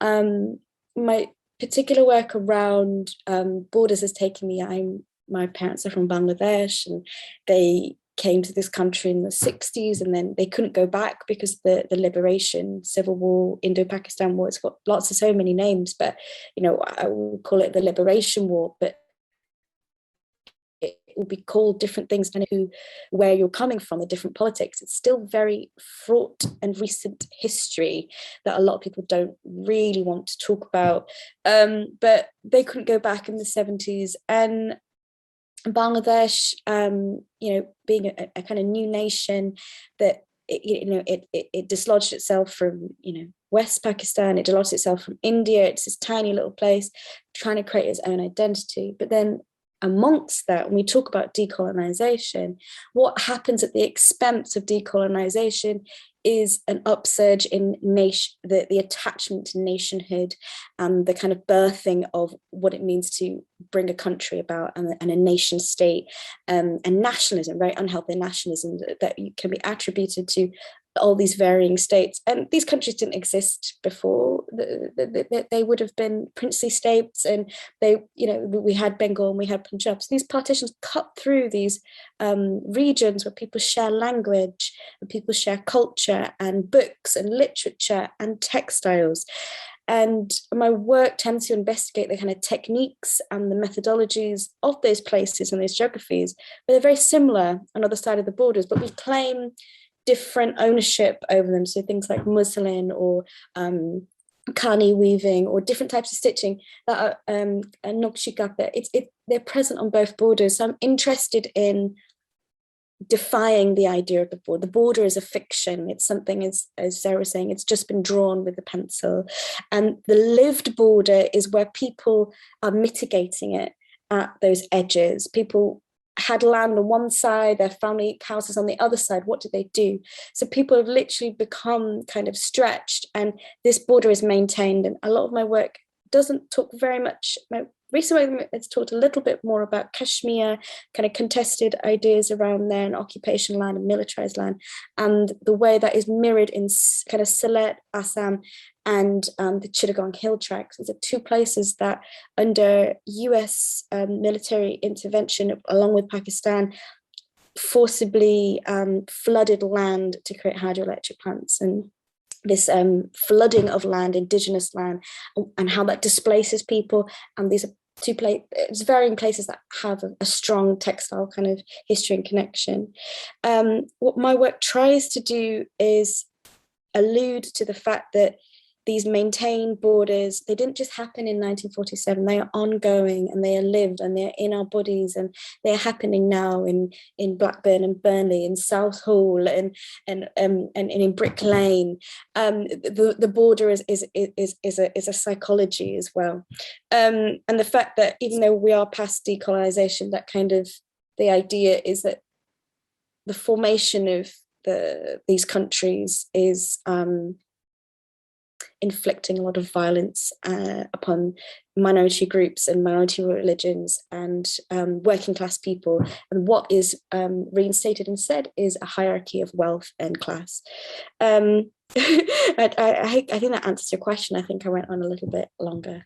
No, that's great. I mean, what I sort of really, I still remember your talk at the Courtauld actually, and the way so Raisa did this amazing talk where she actually went through some of the textile histories of these regions and the kind of research she was doing with them. And this is, I guess, a whole different kind of conversation about the history of jute and how that sort of changed after partition, or all the areas that you sort of mentioned, Kashmir, the sort of the areas of conflict that have also, perhaps because of where they're located, are also the places very often in the world that are most identified with very rich textile histories. Afghanistan is a wonderful example. Kashmir, wonderful inverted commas, but Kashmir is another one, of Bengal, obviously, with muslin. And during nation building dialogues, which is why the whole idea of the Welsh blanket becomes really interesting too. You know, the idea of textiles connection to heritage is often used as a sort of reification of national identity, which then sort of it takes it, I guess, into full pelt conflict with its sort of history also of being in areas that are invariably conflict-ridden, fought over, and as Daniel says, sort of have a tendency to exclude with a particular kind of nationalist politics, which takes me to like another question, and then I think we'll just open it up because I can see people are asking things. So this one is the idea then of community healing and collaboration, and the way perhaps you know, both of you address an audience, and who is your ideal audience? Do you think in terms of an audience, a viewer, or do you think in terms of a participant? You know, and how do you sort of, because you're obviously both very conscious that your audience might be different from an art world one, who you're addressing and how they're incorporated. So I wondered if you could both take a shot at that, and then we'll open it up.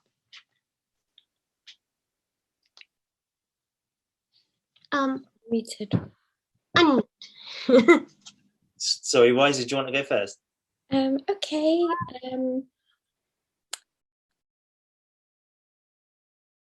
Yeah. Say that again. It was about connections of care and audiences. Yeah.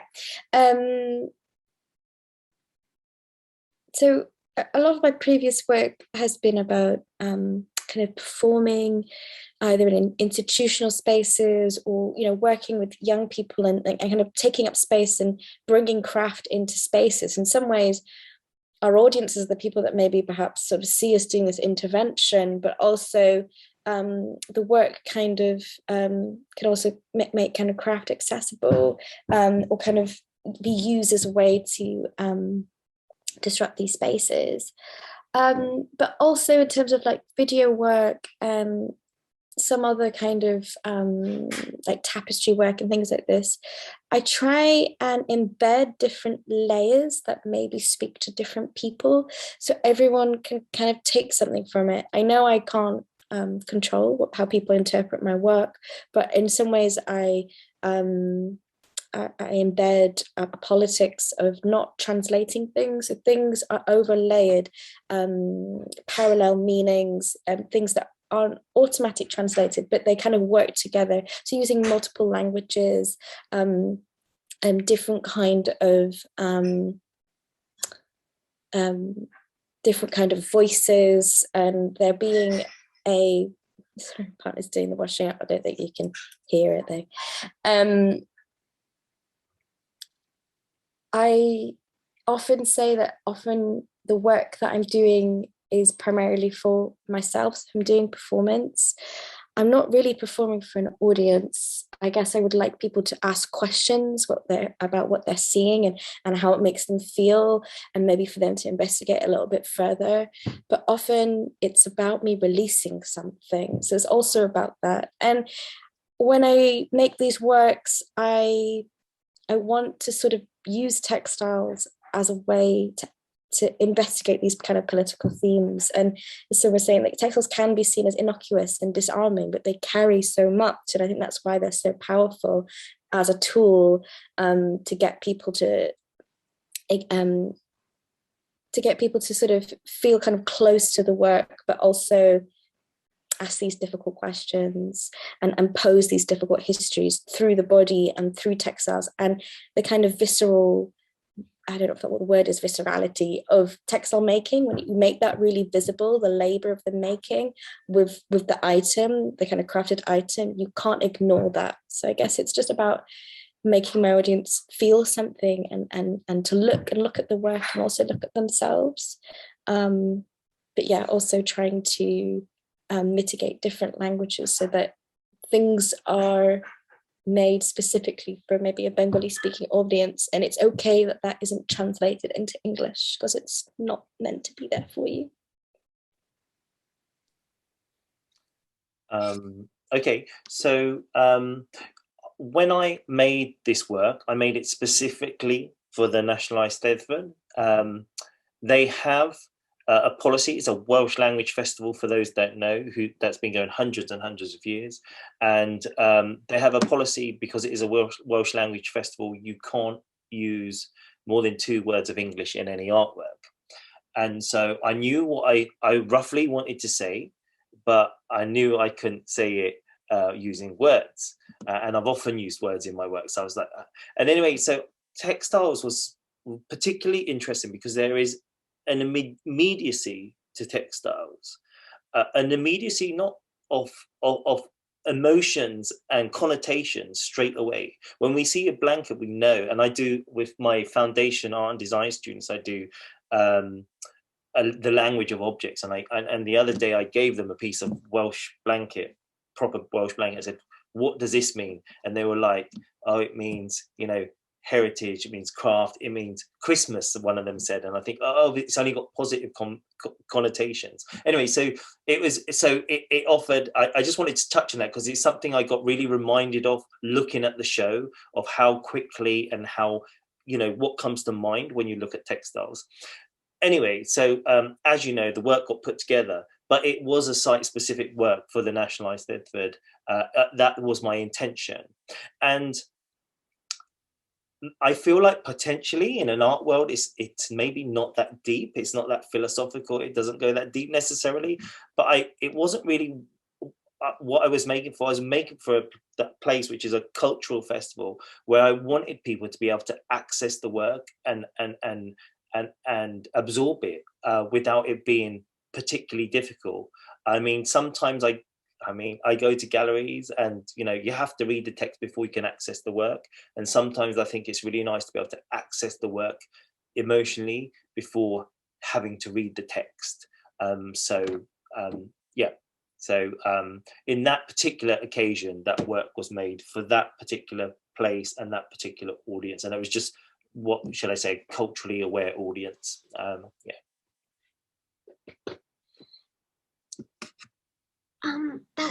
That's really good and really interesting. And I mean, we could go off in so many directions, particularly the issue of translation and language, and then get quite political about ideas of identity when they're attached to language, and what does it mean when there's a stipulation about translation, or how many words you can and cannot use in English, for instance. And I'm quite taken with Raisa saying, some things are not translatable, and that's okay. So yes, but I think that could become such a feisty conversation. I wonder if there are a few people who have asked really interesting questions. Sue Green, Emily Lawrence, do they want to come and ask the question themselves? That might be a lot more fun than me trying to read it out. Sue Green? Yes, it's not specifically a question, but sort of an observation about the power of textiles, really. I think I'm a textile artist in South Somerset, but also been in education, teaching textiles for nearly 30 years now, I guess. And I just feel that textiles is such a powerful medium, but it often has to play, I don't know, a second fiddle, let's say, to some fine art practice. Or I'm quite interested in how we as textile artists define textiles, or whether we have to define it, or what's its value in terms of a medium. It's often seen as not as important maybe as a fine art practice, and I'm interested in that whole world, I guess, of how textiles plays that part. And I just highlighted a few things there from what everybody here has been saying today about outside, able to break down borders, be quite political, also nurturing, and all these sort of things associated with textiles and the human body. I wonder what other people think is the role of textiles now, moving forward, when arts education has been compromised constantly by the government, the funding's been taken away, we heard that the UCA campus is closing down when it's such a successful and fantastic part of, you know, British education in terms of the arts. There's lots of big conversations, and I feel like textiles is right at the heart of all that. They also, like, I mean, the sort of lines are being crossed, aren't they? And I think Raisa is finding that, you know, in the spaces that she's invited to show in, which are hardly marginal in any sense. They're sort of right at the heart of the conversation about textile being a textile art, fibre artists defining themselves as contemporary artists. You know, there are these two towering names in the South Asian art world, one of them being Mrinalini Mukherjee, who's just had this massive retrospective at the Metropolitan Museum of Art in New York. And, you know, the sort of traditional way of looking at textiles as women's work, which is why in the 70s you had this like huge American sort of feminist revolution using textiles to do that. And I think that is finally succeeding in the sense that it just doesn't seem to be a thing anymore to ask whether textile art is art. It's more a question of how you define yourself. If you think of yourself as an artist, then that's fine. And if you don't, then that's fine too. What is exciting is that when people make that jump, and maybe that is something that Raisa can actually, you know, explore a bit for us. Thanks, Zhera. Thanks, Sue Green. I think when I was studying at college and university, I didn't know I could be an artist, and I didn't know how I could incorporate textiles into my work. I think I originally tried to go and do an architectural degree. I just didn't really know what to do, and I didn't want to paint, but I wanted to use my hands in some way, and I was so textiles kind of informed everything that I made, but it just wasn't really seen as, like, there wasn't really a place for me, especially at that time. About 10 years ago. And, you know, I'd do fashion and textiles, but I was very arty, or, you know, I wouldn't quite fit in the fine art spaces. They didn't really want to look at my work because it wasn't video and conceptual.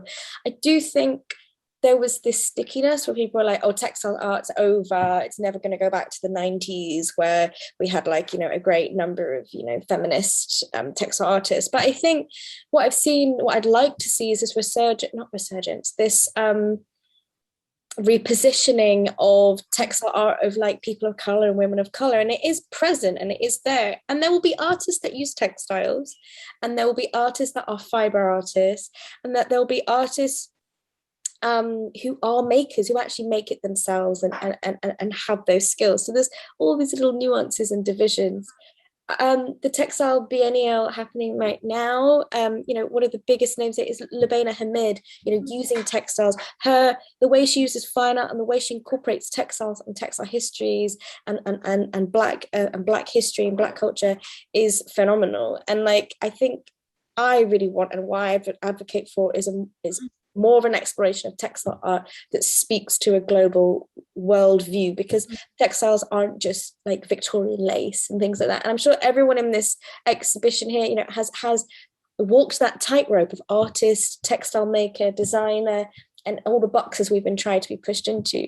What is really important, and is definitely pertinent, is the fact that when we're taught textile history, we're taught art history when textiles are admitted there, that they're not canonized and elevated in the same way. And that I definitely agree with. And on another level, the art and the craft of women and global peoples of color, their craft works, their ceramics and their textiles, that being not relegated to craft kind of traditional, but actual exceptional pieces of craft work and art in themselves, masters of that, where people are making design decisions, and it is a type of art. There's also, you know, the way those things are balanced. Yeah, there.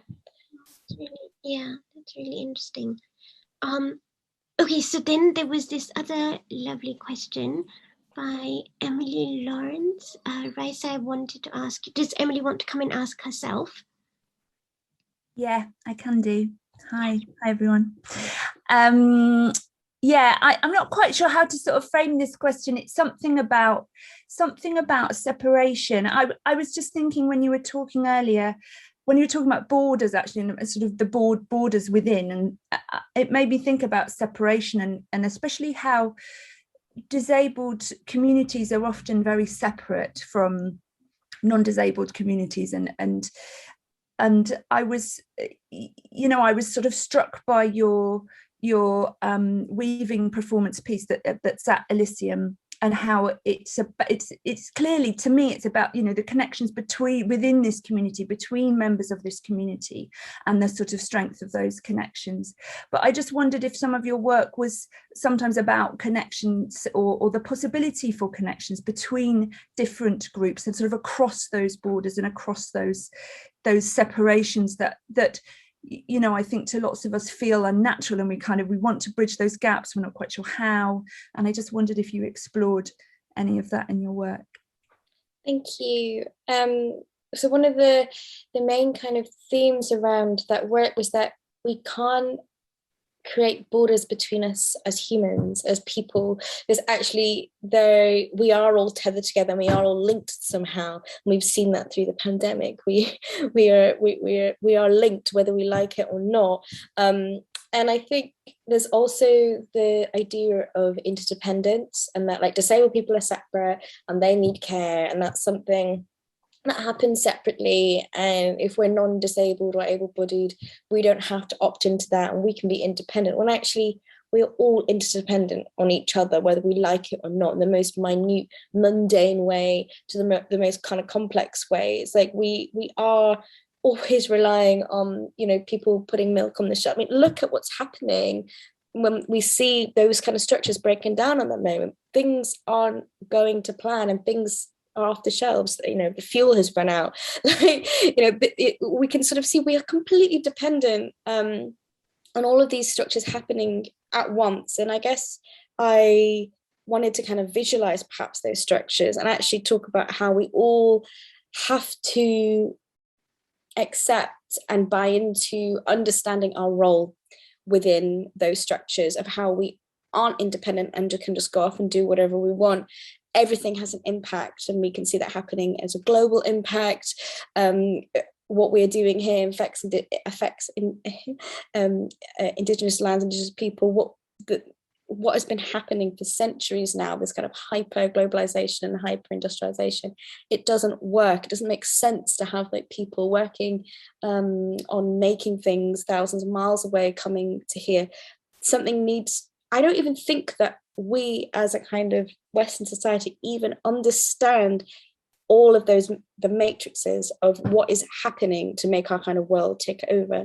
So in relation to kind of disability justice and disability politics, it's kind of bringing to the center that actually the ways that disabled people and migrant people and queer people, or anyone who sort of has to rely on people and those communities kind of existing, and we have those networks of care, of making sure that people are being taken cared for, and like it takes, you know, there's that phrase, you know, it takes a village, you know, we do have to be interdependent, and that this isn't something that is just about negotiating marginalization and disability. It's like, it's something that we can all learn from and all be part from and want to be a part of. I think I'll leave that there.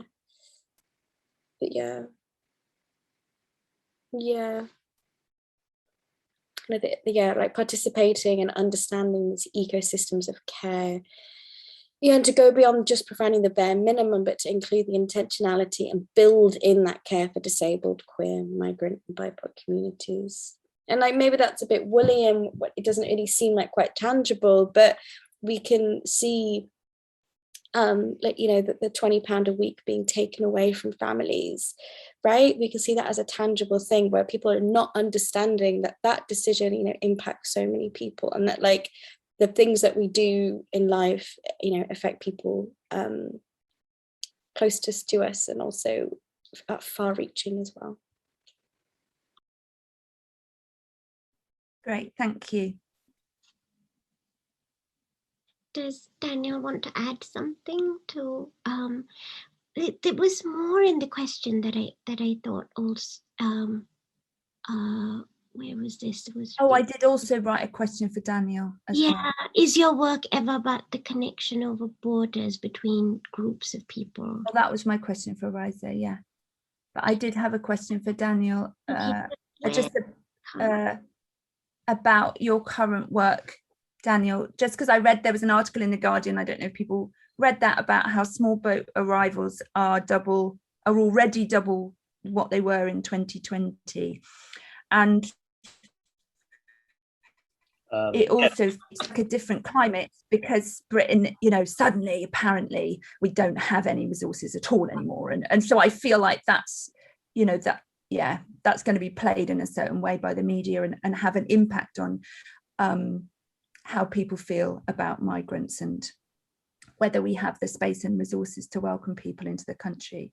I can imagine that the right-wing press are going to spin that in a pretty horrific way. But I just wondered, Daniel, if you were having artistic responses to that in any way. I think no is the short answer, actually, because I'm really thinking about how history impacts our present. I really think to be able to move on, we need to work out how we've got to here before we can start moving forward. So I was reading yesterday about people responding negatively to the National Trust wanting to explore their colonial histories, and people were using this hashtag, the Empire Strikes Back is a new hashtag that's trended, which obviously, but what I'm trying to say is we need to go back to mine that, to understand why we're here. And Raisa was just talking about how we're tethering and linked, how we are already historically connected before we can start.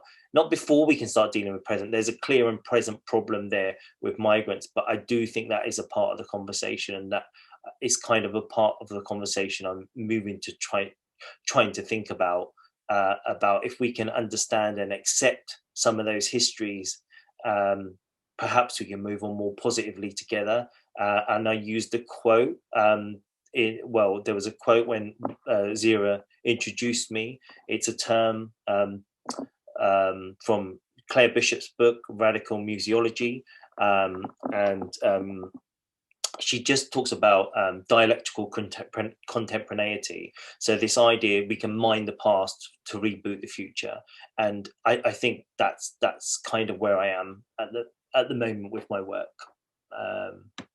But I'm well aware of it. It's absolutely distressing what's happening.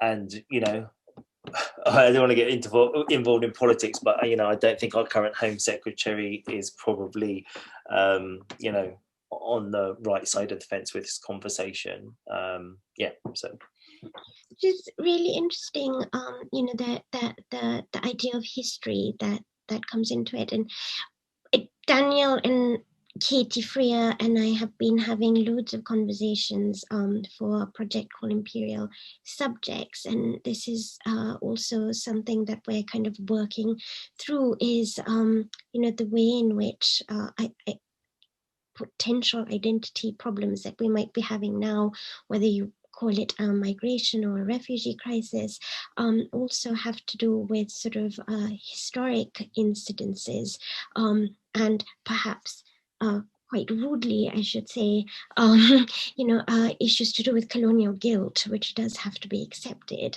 and consequences of actions that took place. I mean, whether you're talking about the partition or whether you're talking about the complete mess in Afghanistan, which is also, adding to the crisis about what happened in Syria. I mean, let's not sort of walk away from the way in which sort of British foreign policy has, whether it's empire or onwards, has impacted the issues that we're seeing now. So I totally see where Daniel is coming from, and I'm sure Raisa would agree that history is important. It's not just about the now, it's the understanding how we got here. Angela has got something to say. God, Angela's always got something to say, I'm sorry. Where's your conference? I'm thinking, and I really enjoyed listening to everybody there. And yes, I think damn it, textiles has to be political. If it's not, then what are we doing?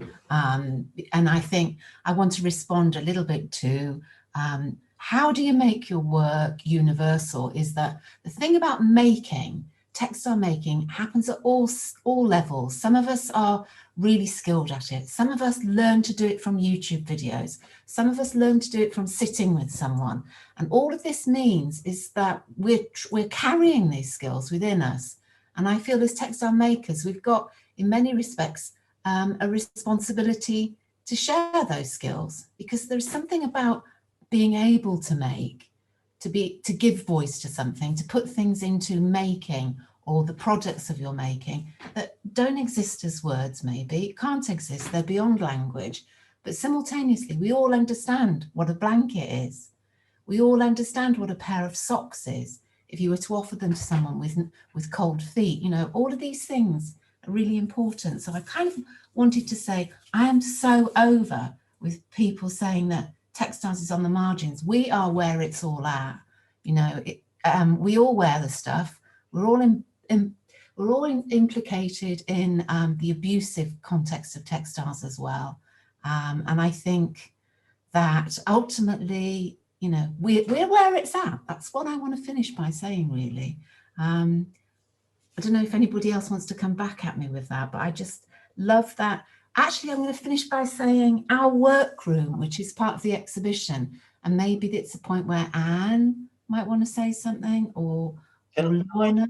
Quickly say something, because yeah, I really want to thank you all for bringing this exhibition to Swansea, because I really agree with Sue's point about historically textiles being on the margin, and maybe it's more to do with where we are geographically. And actually, I can't think of the last show of this type I would have seen in Swansea of profiling textile artists. I'm really grateful for you to bring it to Swansea, because we talked about it, I know, last night on the phone, and I think, yeah, I absolutely agree with you. It's absolutely where it's at, and I'm really not sure why it has been overlooked locally. Yeah, just thank you for bringing it here, because it's a really powerful show, and I've thoroughly enjoyed it. Like you said, I think it's excellent. So thank you to the curators for bringing it together.